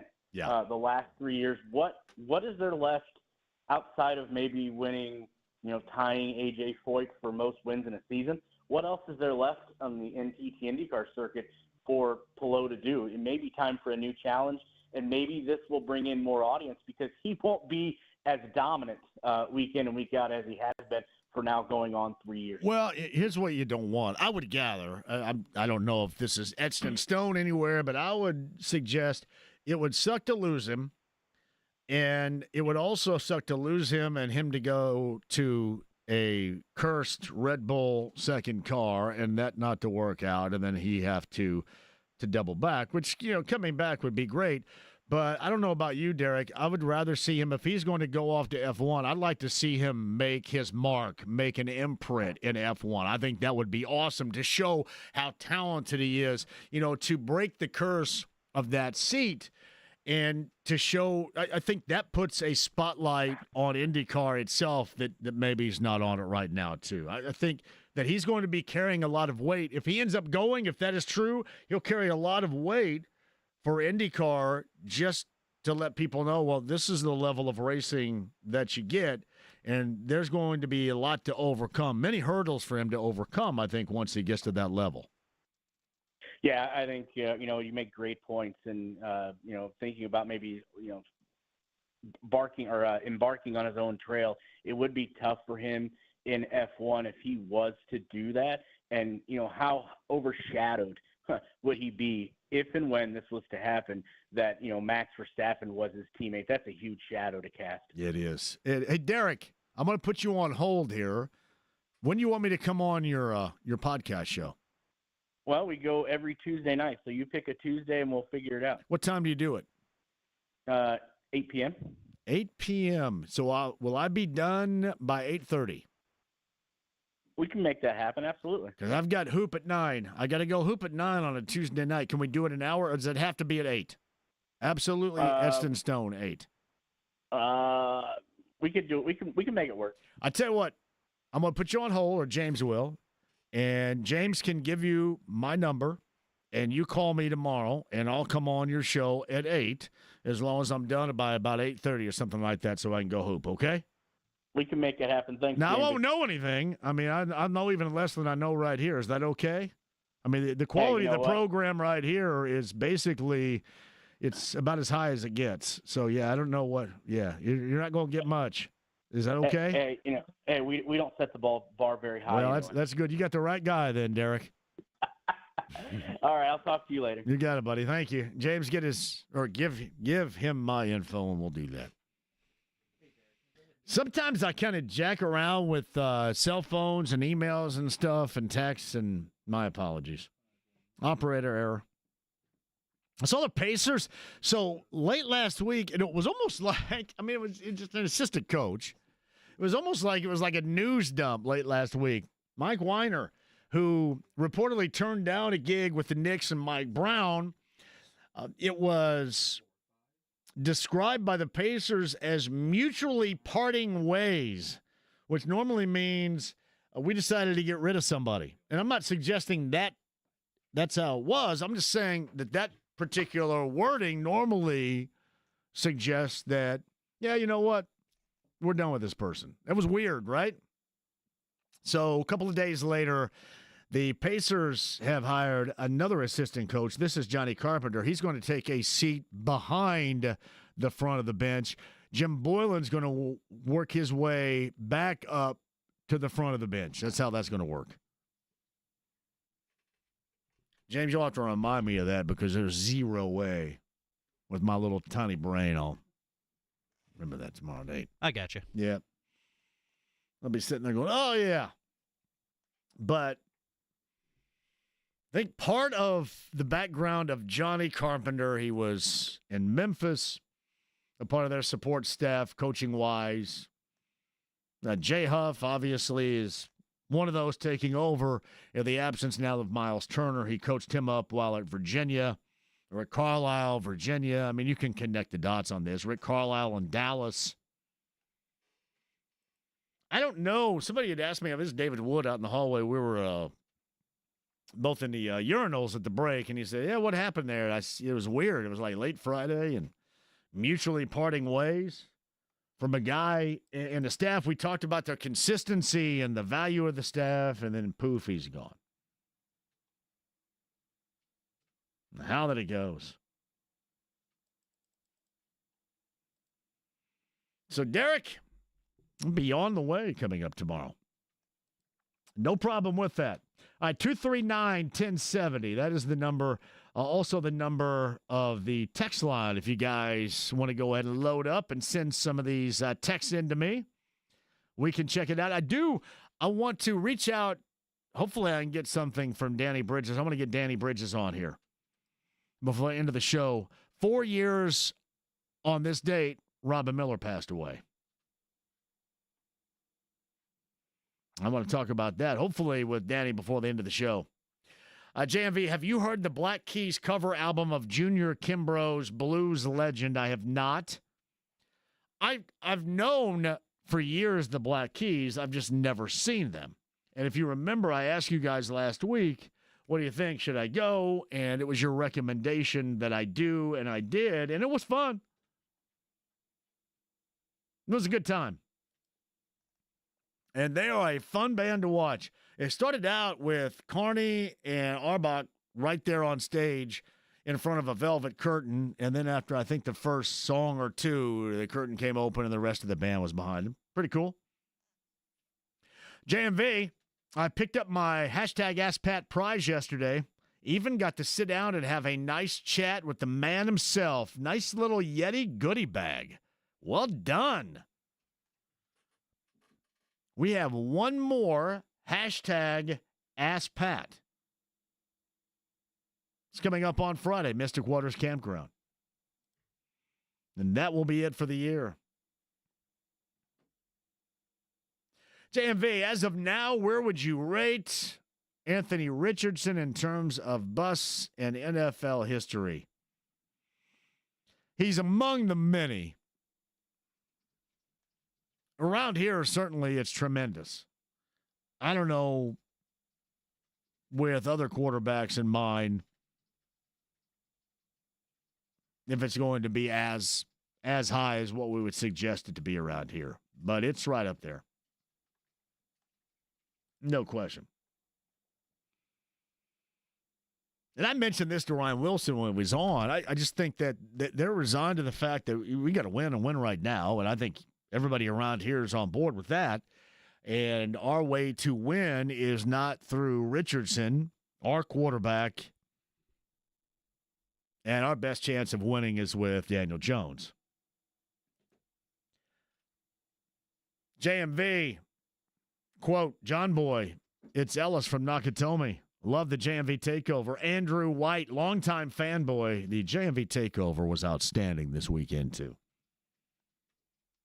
And I always kind of get mixed up a little bit, James. I get mixed up. Sometimes I forget when somebody requests a song and it sounds like a first-timer. So somebody called up with the 1984 one-hit wonder classic that a lot of you have forgotten called 80s by Killing Joke. That maybe 10% of you even know what it is when I'm talking to you right now. And then I said, hey, first-time request. And then I was reminded by this same person that called up 3 months ago and requested that same song that it wasn't the first time. So wait a minute, it's not a first-timer because I called 3 months ago and you played it. So it's a song called 80s? 80s by Killing Joke. And when was it released? 1984? No? According to Spotify, and maybe this isn't the right information, but according to Spotify, it says 1992. 92? Yeah. That might be right. Killing Joke, 1992? Maybe it was 84 when they came together. Look at James, Dr. Correcto over there, too. Just like the guy that requested the song the other night. A little Dr. Correcto on the host of the show. Sometimes the host needs it. You might be right. Well, apparently they started in 1976. No, all right. I'm coming in with all the actuallys right now. It took them that long to come up with something? Apparently. All right. Makes sense. Killing Joke. Did JMV just admit to burning grass for his recovery? Now, I did not admit to that. However, I will tell you this, by whatever means necessary. However, I've told you the story before. What happens with that, I am not against it in any form or fashion. The problem I have with it is it would put me to sleep. I immediately do, and I'm somebody that I got to stay up. I don't want to be put to sleep.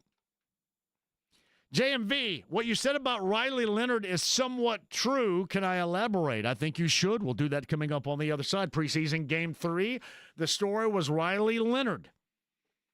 How much of it was just a short term, or could there be a profound, lasting effect there? We'll talk about that and that comment coming up on the other side as Stephen Holder, top of the hour. Colts cut down tomorrow.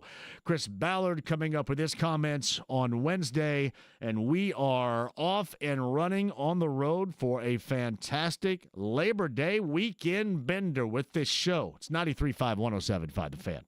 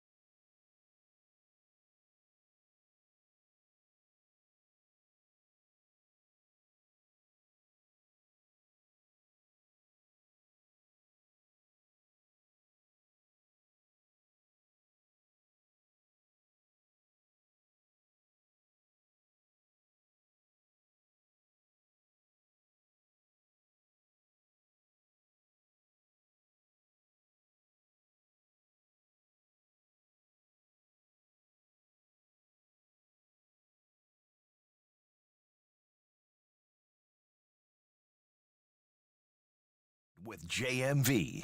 Get him a body bag! Yeah! All right. 93.5 and 107.5. The Fan. All right, Jim McCann of Southern California checks in on the text line, 317-239-1070. He has this song being 1985.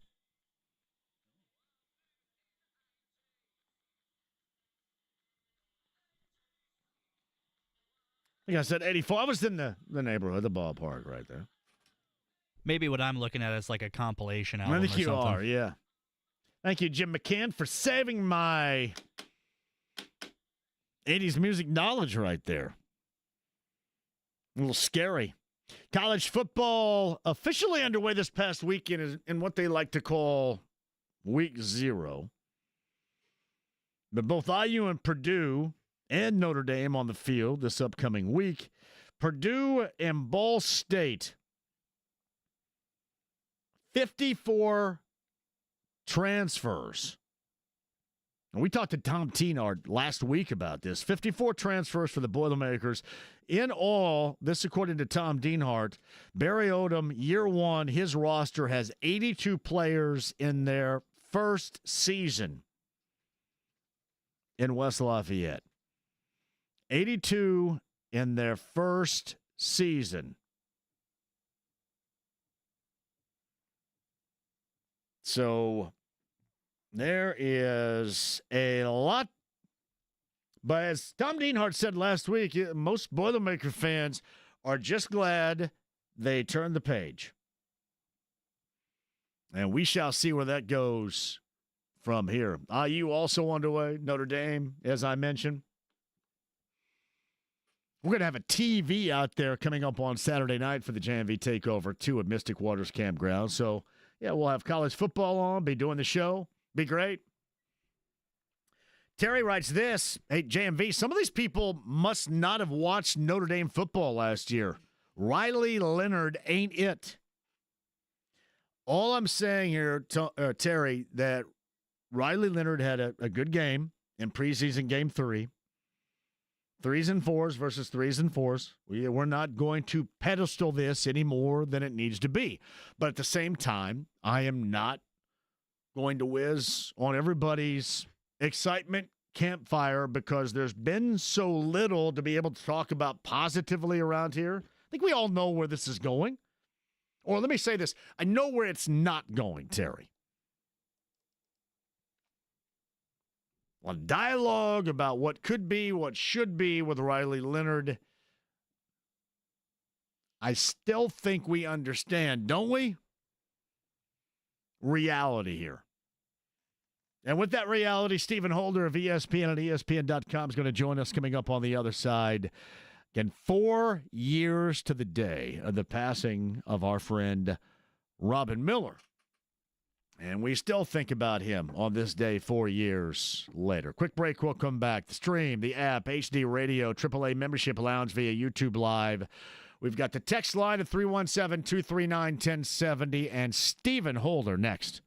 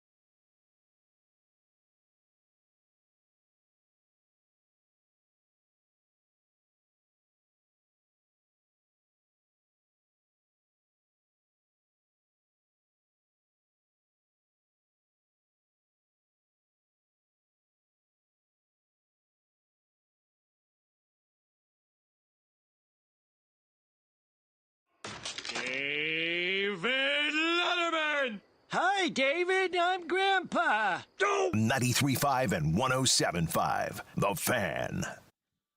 Ryan Wilson a little bit earlier of CBS talked NFL or college. A little look ahead of the college football season in terms of the quarterback position, more than just a Manning and Austin. Podcast 1075thefan.com.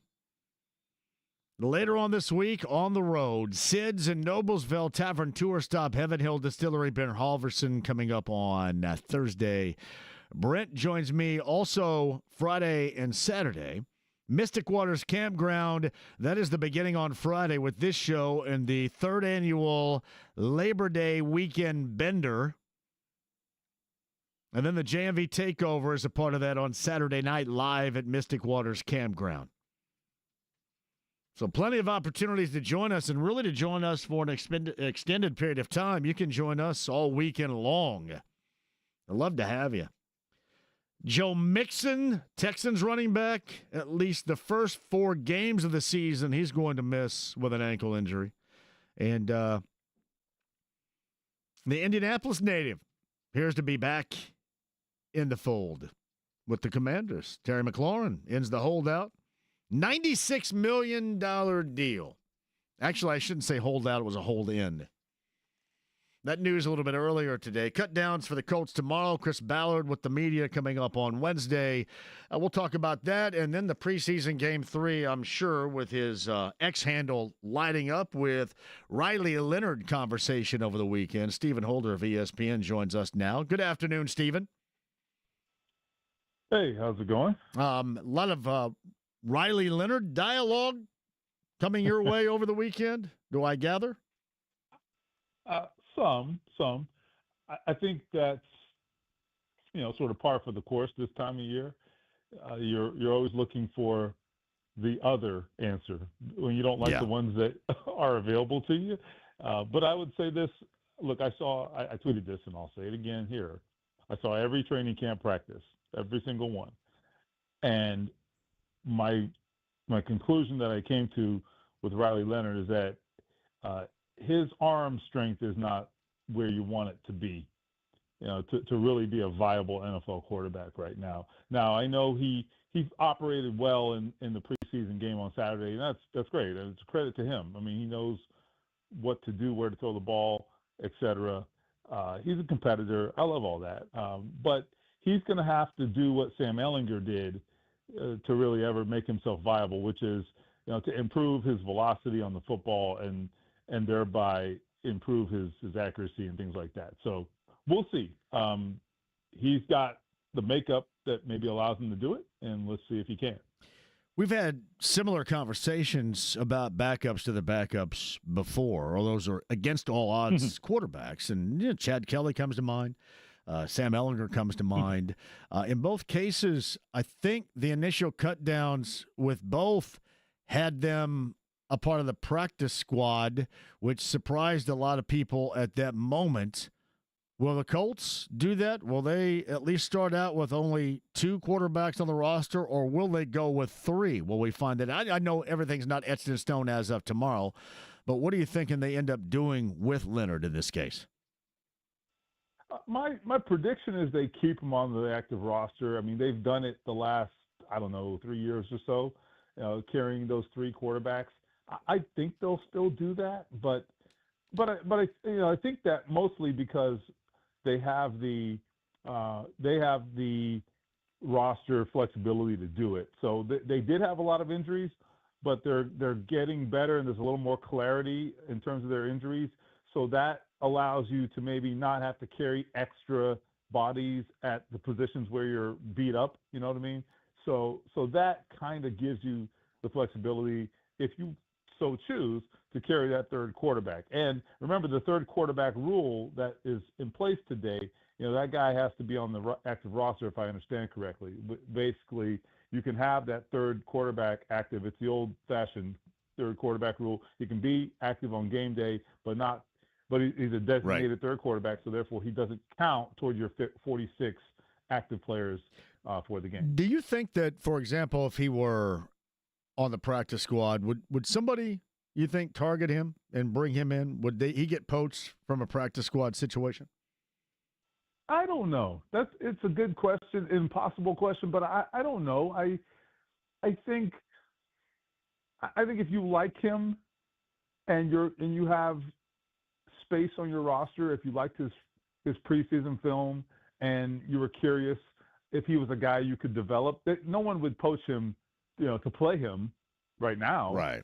It would be somebody that's thinking in the long term. So it would have to be a team where the coach and or GM have, some real security, like I don't know, I'm just making this up, like, maybe Denver or something like that, where they took Sam Ehlinger, right? And that makes sense. A guy you can go in there with a coach who has, some real offensive chops and maybe, could get something out of that guy in the long term. So somewhere like that, I don't know where that would be, but my gut instinct is probably not, but there might be a one-off team that fits that bill that I just outlined. By the way, credit where credit is due. Against 3s and 4s or whatever, that Leonard to Treadwell pass was the best thrown football by a Colts quarterback in how long? Seriously, it was. And how long has it been since we've seen a ball thrown that well? I'm not suggesting that that's his level of quarterbacking, but that was a well-thrown ball all the way around. Well, it was well thrown, thrown on time, which is a big key there, right? I mean, it's when you cut that thing loose, right? And it's just good execution all around. And I think that is the best of Riley Leonard. Now, what he struggles with is, when he's got to throw it into traffic, maybe those balls, sort of out breaking routes to the sideline where you have to throw the ball maybe over a defender and layer it, in between the safety and the underneath corner. Those are tough throws that even veterans struggle with at times. I mean, those are the kinds of balls that for him are difficult, particularly because he doesn't have the velocity on the ball sometimes, and you've got to zip that thing in there. But when he's well protected and the receiver wins, he can put it in. He can put it in there, man. Put it on the money, and he did do that there. That was a great looking play. I will agree. Stephen Holder of ESPN and ESPN.com is on the Andy Moore Automotive Group hotline. I know Cut Down Day is coming up tomorrow, officially coming up tomorrow. But I'm curious. It kind of goes along with the protection of a quarterback or a player on the practice squad. Is there anybody you think the Colts may be motivated to keep on the active roster because they would be aware and or a little bit apprehensive about whether or not they could be poached from the practice squad if they don't do that? Does anybody stand out at all? Any name? Right. Not. I wouldn't say particularly. No, not particularly. I guess the question always, or one of the questions, that arises in that regard is always like your rookies. Are there some rookies that maybe fall into that category? Tim Smith is a guy. He was I think the sixth round pick. Defensive tackle. Like, what's his deal? Like, do they think they can, do they think they can protect him or keep him? Do they want him on the practice squad or want to sneak him through to the practice squad? Because the reason I say that, the reason I say rookies is because they are fresh in people's minds, and your impressions of them really, for when it comes to other teams, the impressions of those rookies are largely based on what they saw in college still, So they haven't seen training camp for the most part. Those teams are just basing it on whatever little preseason film they have. So you may have a curiosity about a guy that, maybe you didn't get the pick in the late rounds and he's out there. Those are the guys that oftentimes get claimed. That, and I would also say guys who have played a little bit and maybe there's no room for them on your roster, but they play a premium position like corner, maybe wide receiver. I don't know if there's any of those for the Colts, but I don't think they're too worried about it. I honestly think this will be one of the easier roster cut periods that they've had in quite some time. So Stephen Holder of ESPN and ESPN.com. He's on the Andy Moore Automotive Group hotline. Depth chart at tight end, according to you. What's that look like? So I predicted, let's see, I think 4 is what I went with. I went with my prediction of Tyler Warren, Molly Cox, Will Mallory, and I believe I had Drew Ogletree on mine. I should know this off the top of my head, right? I wrote it. But anyhow, that's kind of how I see it. I see 4.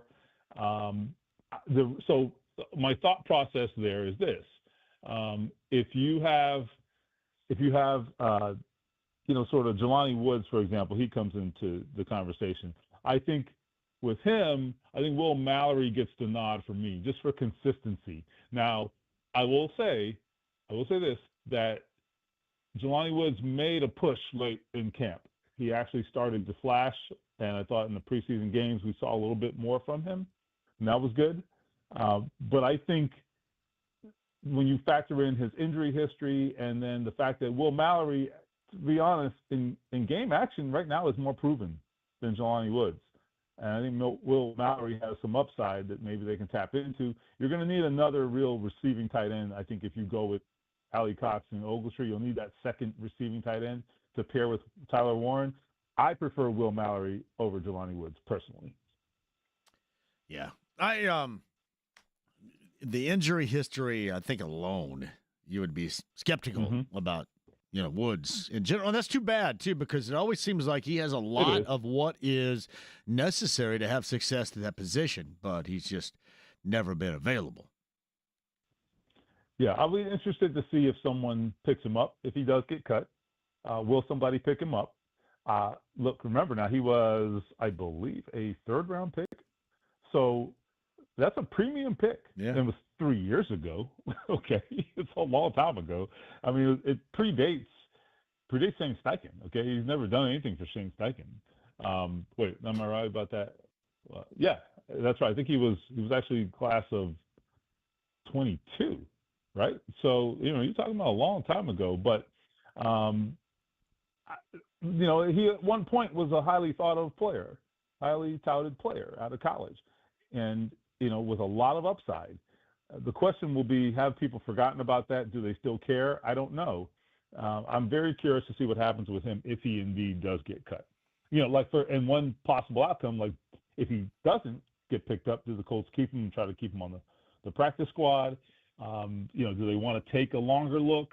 Those are the questions that I have there. Running back wise, how's that depth chart look to you? At least going into nothing etched in stone, but at least going into this week.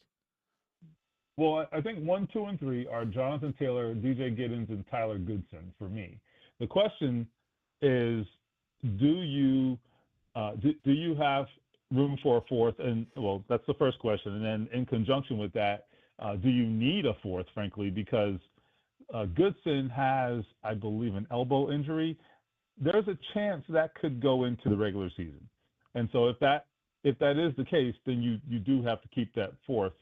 I presume that might be Khalil Herbert, although Bentley, Ulysses Bentley IV, which is a hell of a name. It is. I mean, you better make something of your life when your parents name you Ulysses Bentley IV. But anyhow, he had a good, I thought, run in the preseason there down the stretch, and definitely made a name for himself there, or at least made a case for himself, I should say. So we'll see if he's a sort of a practice squad candidate or something. But that's kind of how I see that group shaping up. If they're all healthy, and they're not right now, but if they're all healthy, Taylor, Giddens, Goodson, and maybe a fourth, probably Herbert. ESPN.com, ESPN, Stephen Holder covers the Colts on the Andy Moore Automotive Group hotline. All right, where are you with the linebackers going into the start of this season, as it stands right now? I kind of don't love them, frankly. I just think they're not really paying a lot of attention to that unit clearly, and it doesn't seem to bother them, because if it had, I thought they'd have made some moves by now. They don't seem overly concerned, but I wonder if maybe they're just sort of taking that for granted. I don't know what to make of it.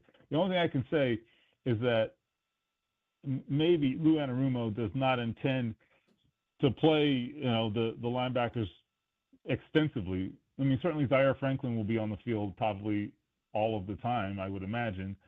But, will they play that 6 defensive back more than we anticipate? They might. I don't know. I'm curious to see how that goes.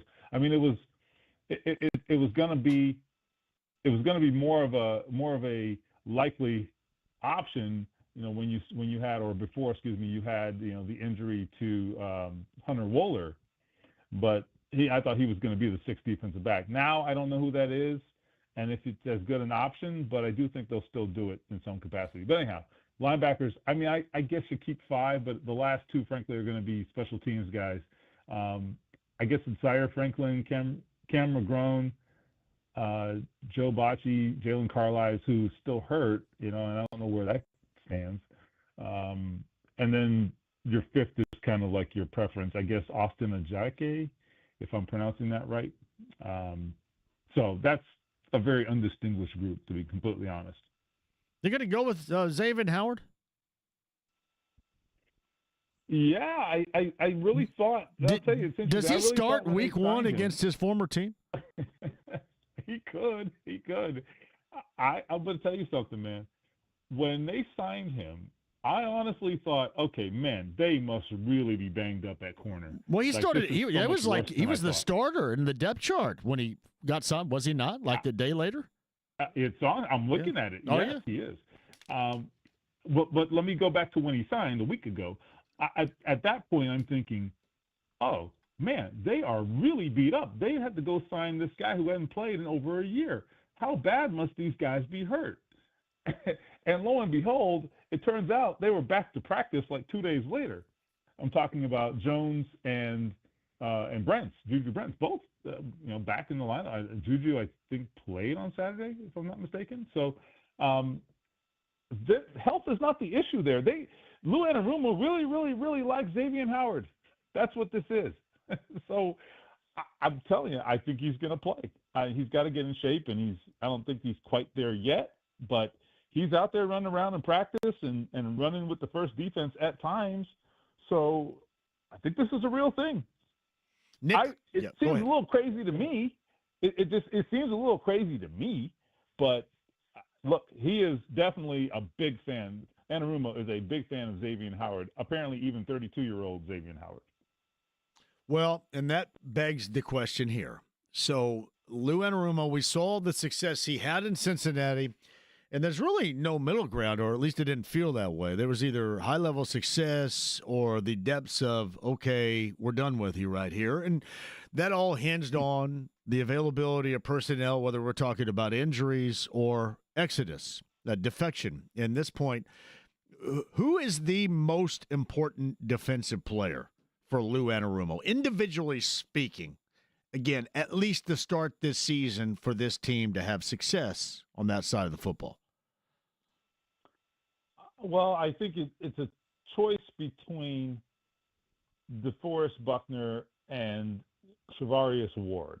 And the reason DeForest Buckner, that's an obvious one, right? Because he commands so much attention, and he collapses the pocket, and he allows other defensive linemen to win just by his mere presence, right? And they got to win up front this year.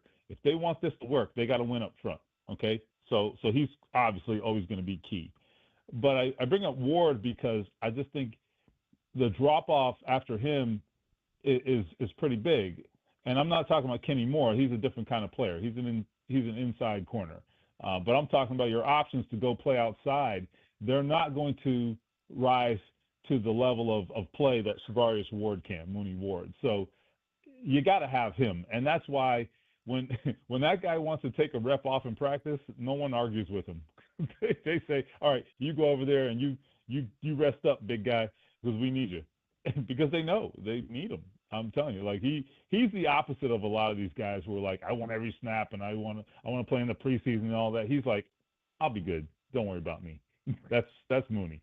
He's an interesting guy, but he's a competitor, and I think, if he plays the way they think he's going to play, which is to be sort of that pest that receivers can't get away from, and a really physical cover guy, that's going to allow Lou Anarumo to do the things that he wants to do strategically. But you got to have that guy. And that is why he was the first guy that they went out and signed and spent a lot of money on, because he's that important to the plans that Anarumo has. Did you not say Leatu Latu because you don't believe in year 2 he's going to be capable of having that type of impact? Or no, I would say this. Because I think that, to me, I'm not sure he's going to be that impactful, but I think for a playmaking secondary, which they really want, if he is, that changes the dynamic altogether here. So I agree with all that. So I would say I didn't say his name, but not because I think anything, not because I think less of him. It's more about this. I think that he still has to show that he has that upper tier performance level in him. He hasn't shown that yet. The other thing I could say is that they have much more depth behind him. You know what I mean? They have guys like, Quiddy and Taekwon Lewis and Tui Malo. I'm going to say it right before, if it kills me, Tui Molau. I think that's right. Anyhow, sounds good to me. They have other bodies there. We're not big on pronunciation on this show in the first place. We're okay. It's a running joke in the media room that none of us can say it right. But anyway, Ebucom, they have a lot of edge guys. None of them with his, sort of pure talent as Latu, right? But they definitely have capable guys. So that's the other reason. But I would agree with you in this regard. If he figures it out, and I think he needs to, like they said he was the best defensive player in the draft last year, he's got to play like it. If he does, now they're cooking with gas. That is a game changer. As I do agree with you. I think if you have a guy that you have to slide protection to, you're opening things up for everybody else. They haven't really had to do that. Or teams haven't had to really do that against the Colts nearly as much as they would like. They need just somebody that keeps people up at night. Venturi calls them what? Ambient players, right? Yeah. Who is the other team's coach losing sleep over? That's the kind of guy who can do it. And I want to see if he can. All right, Chris Ballard on Wednesday. You got a barrage of AR questions ready for him, or are you comfortable where we are with what we know right now? The same ones that I've asked privately of everybody, which is, all right, the decision in and of itself is fine, right? I mean, I don't take issue with the fact that they picked Daniel Jones in a competition that was generally close. I'm fine with that, and I can even accept that he is better off in terms of the operation, as Shane Steichen says. The only thing I would say is this, and this is a question I have. If you say he's not good enough from the operation perspective now, then why would I think he'd be good enough a month from now, or 6 months from now, or a year from now? I mean, why would I think that, right? If you were telling me he's not good enough to be your starter, despite being the more talented guy, I'm not saying the better quarterback. I said the more talented guy, right? If you're telling me that part of his game is so deficient, or deficient enough that he can't, that is deciding this quarterback battle, well, I don't know, what are we even doing here then? You know what I mean? That's what I would say. I'm not saying they should cut him or trade him. I'm saying you're the ones telling us that he can't do that part yet. Not as good as Daniel Jones. So, I mean, yeah, they can tell us. They can tell us all what they want. Their belief is gone. The belief is gone with that decision. It's like saying. The belief was gone with me a year ago, and until further notice, they have moved on with somebody they believe that is the better quarterback and help them win right now. And that's simply put. And it's okay if they feel that way. Yeah. That's fine, right? I mean, they're running the team. I just think that it is asking a lot for us to accept that you still believe in him, because this is the company line, and it is a very difficult thing to accept. It just is. Nationally, no one believes it, right? I mean, and I don't know that locally we believe it. So I don't know. I'm not here to call anybody a liar. That's not my job. I try to be neutral. All I'm saying is, help me understand why we should think that you still believe in him, because you've now benched him once, and now you have picked the other guy, the new guy, over him in a quarterback battle. A guy who, by the way, was one of the worst quarterbacks in the NFL, Daniel Jones. So you help me understand is what my question is to Chris Ballard. My prediction is I'll say it nicer than that. You will get much like their over/under in Vegas odds of wins this season, 7.5. I'm going to take the over on times he starts answers with look for you guys on Wednesday. I'm going to take the over of 7.5. Right there. I think that's fair. Yes. I think that is fair.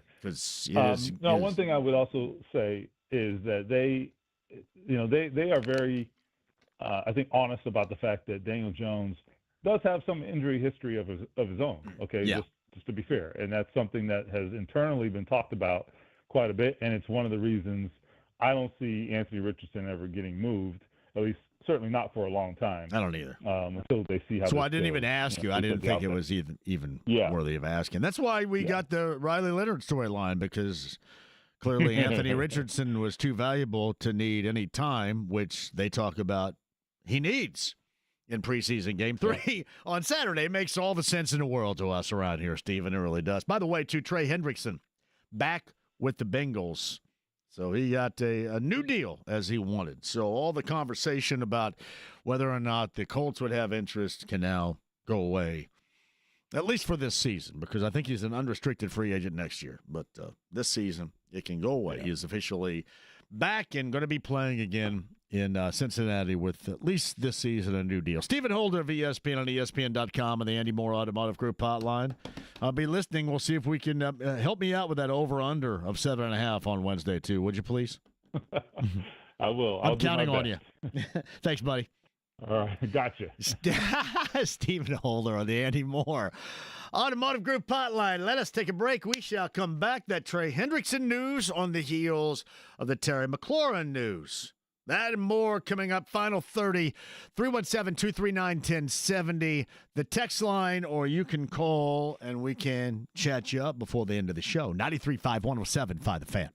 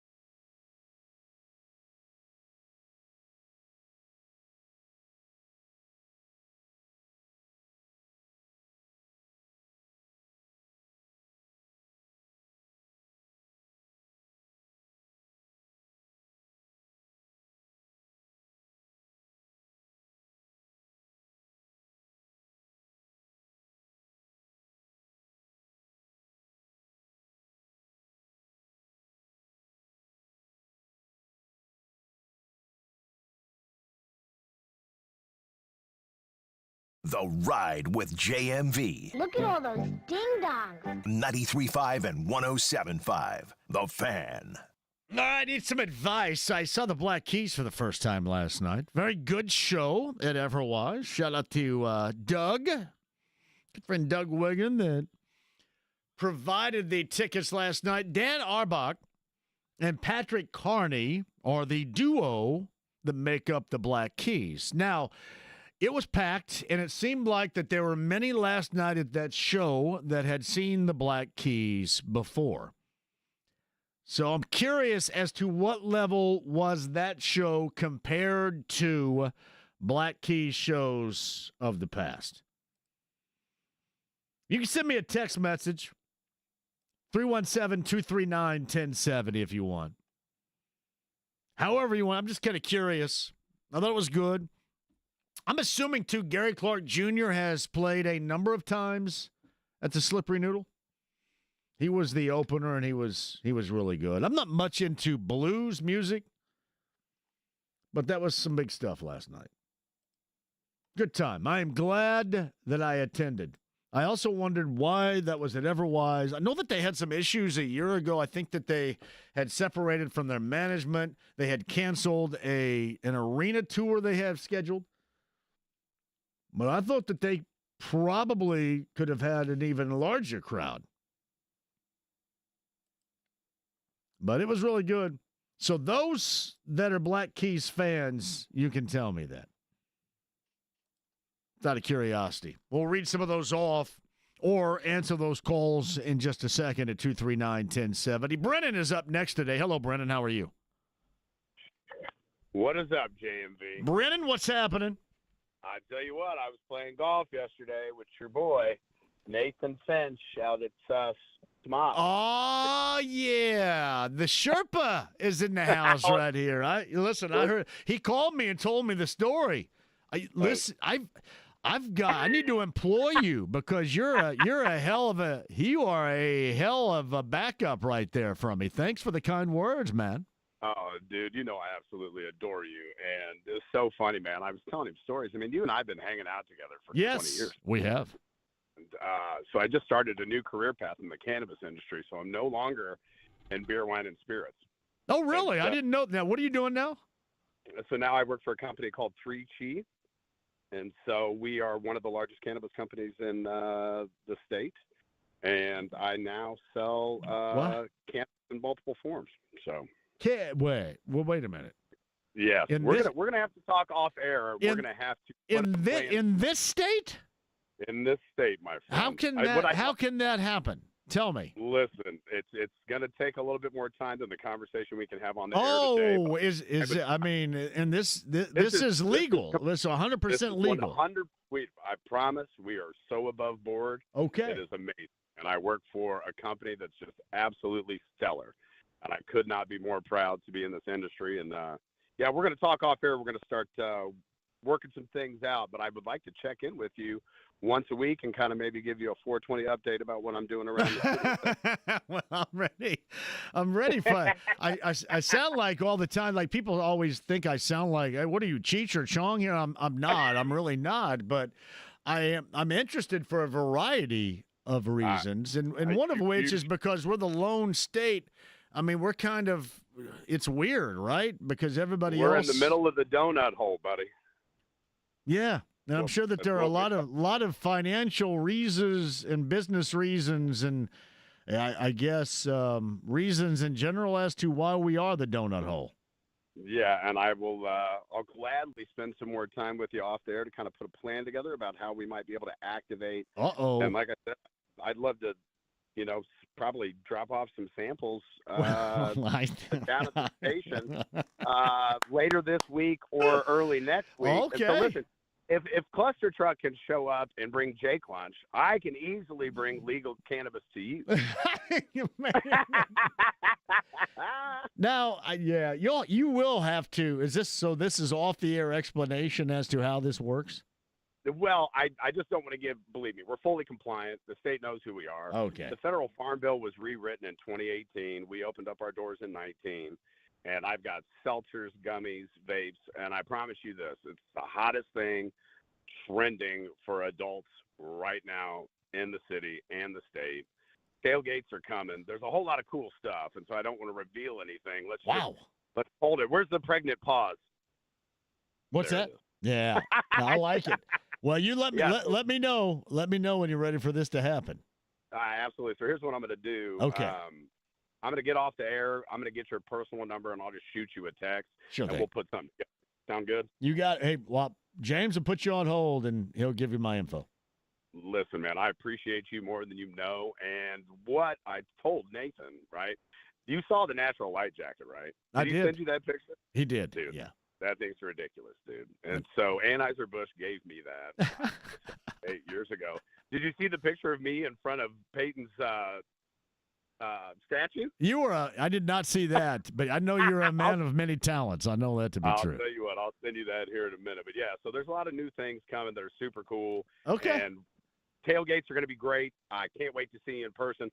Everybody that's listening, you know, I love you so much, dude, and you are great for the city. Oh, man, that's very kind. Thank you. Bro, you know this, man. I mean, and I'm not blowing smoke either here. No. This is legit. Hey, you got all this cannabis reference down right here, brother. Let me tell you. Dude, listen, I've got you, brother. So hey, let's talk off the air. We'll put a plan together and we'll get crack-a-lacking, all right? You got it, man. Thank you. It's Brennan right there. I had no idea he was in there. Give him my info if you would. JMV, what is happening to the show? Skivvies. I had no idea, and there is so much I don't know, literally. But that was interesting, to say the least. Yeah, Nathaniel, who will sit in for James and produce this show, and also will produce the Colts pregame huddle, is who Brennan just talked about playing golf with, because Nathaniel called me and said, hey, you know, I just play with a guy that likes you a great deal. So that's pretty cool. Shout out to Brennan right there. The Wine Sherpa is also how I know him. Probably more than Brennan. If you say Brennan, that's one thing. When you say Wine Sherpa, oh, yeah, okay. The Wine Sherpa. James is saying, man, I'm going to write this down. Wait a minute. I got to write this down. That's pretty outstanding. It is. To the break we go, but 317-239-1070. That is the text line. JMV, my first time seeing the Black Keys. This is my bucket list. I missed them when I was at IU Ohio State game a year ago. They played for ESPN or Fox. One of the two. It must have been Fox, I guess, right? Great show last night. Jeff, it was a great show last night. It was my first time.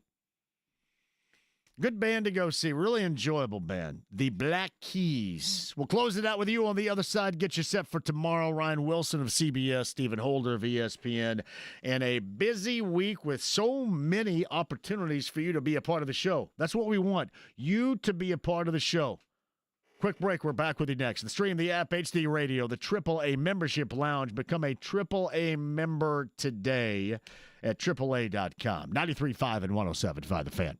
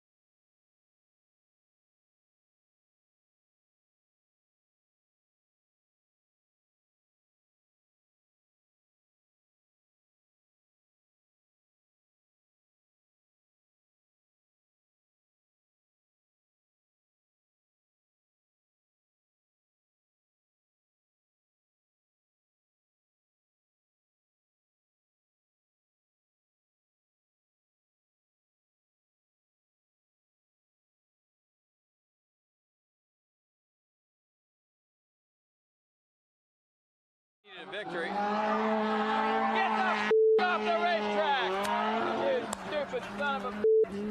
I think we have to start again. 93.5 and 107.5. The Fan. Sky Point to the late, great Robin Miller, who passed away on this date 4 years ago. Oh, man, we miss him so much. R. Miller. I cannot believe it's been 4 years. Yeah, we will always remember this date. R. Miller. This is from Paulie and Indy. Buddy must have just watched Glengarry Glen Ross, which I brought up a number of times last week because he was closing that entire call. Always be closing. And that is so right on so many different levels. Always be closing. Trey Hendrickson in, financially happy for this season. Terry McLaurin, the wide receiver, in, financially happy now this season. In Cincinnati and in Washington, respectively. I think McLaurin, the Indianapolis native, was kind of a hold-in, if you will.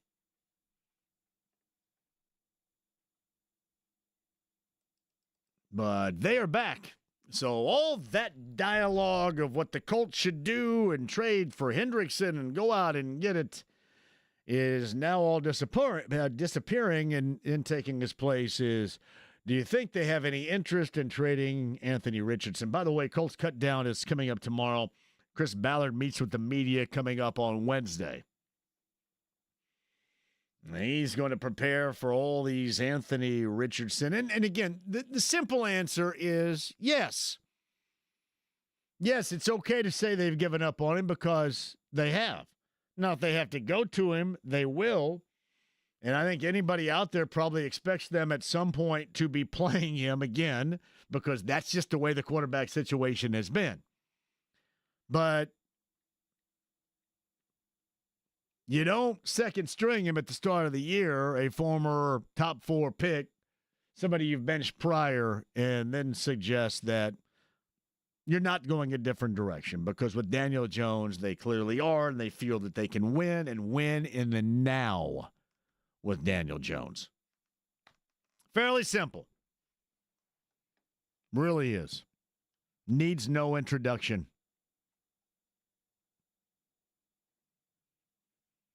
Busy weekend, though, for everybody. JMV, Riley Leonard will start for the Colts due to injuries by week 6.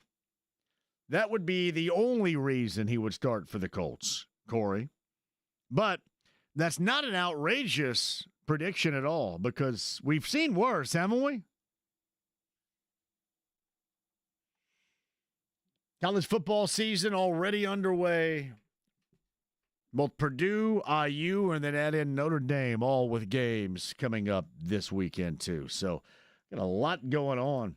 Always a great time of year it is, and I know everybody out there absolutely loves the temperatures. How the sun is back out, so that is good. At least when I saw it in a hallway, it is back out.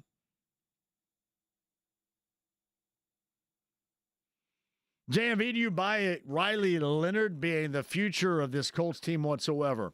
I am not allowed to buy it. I have to be, or in this case, remain skeptical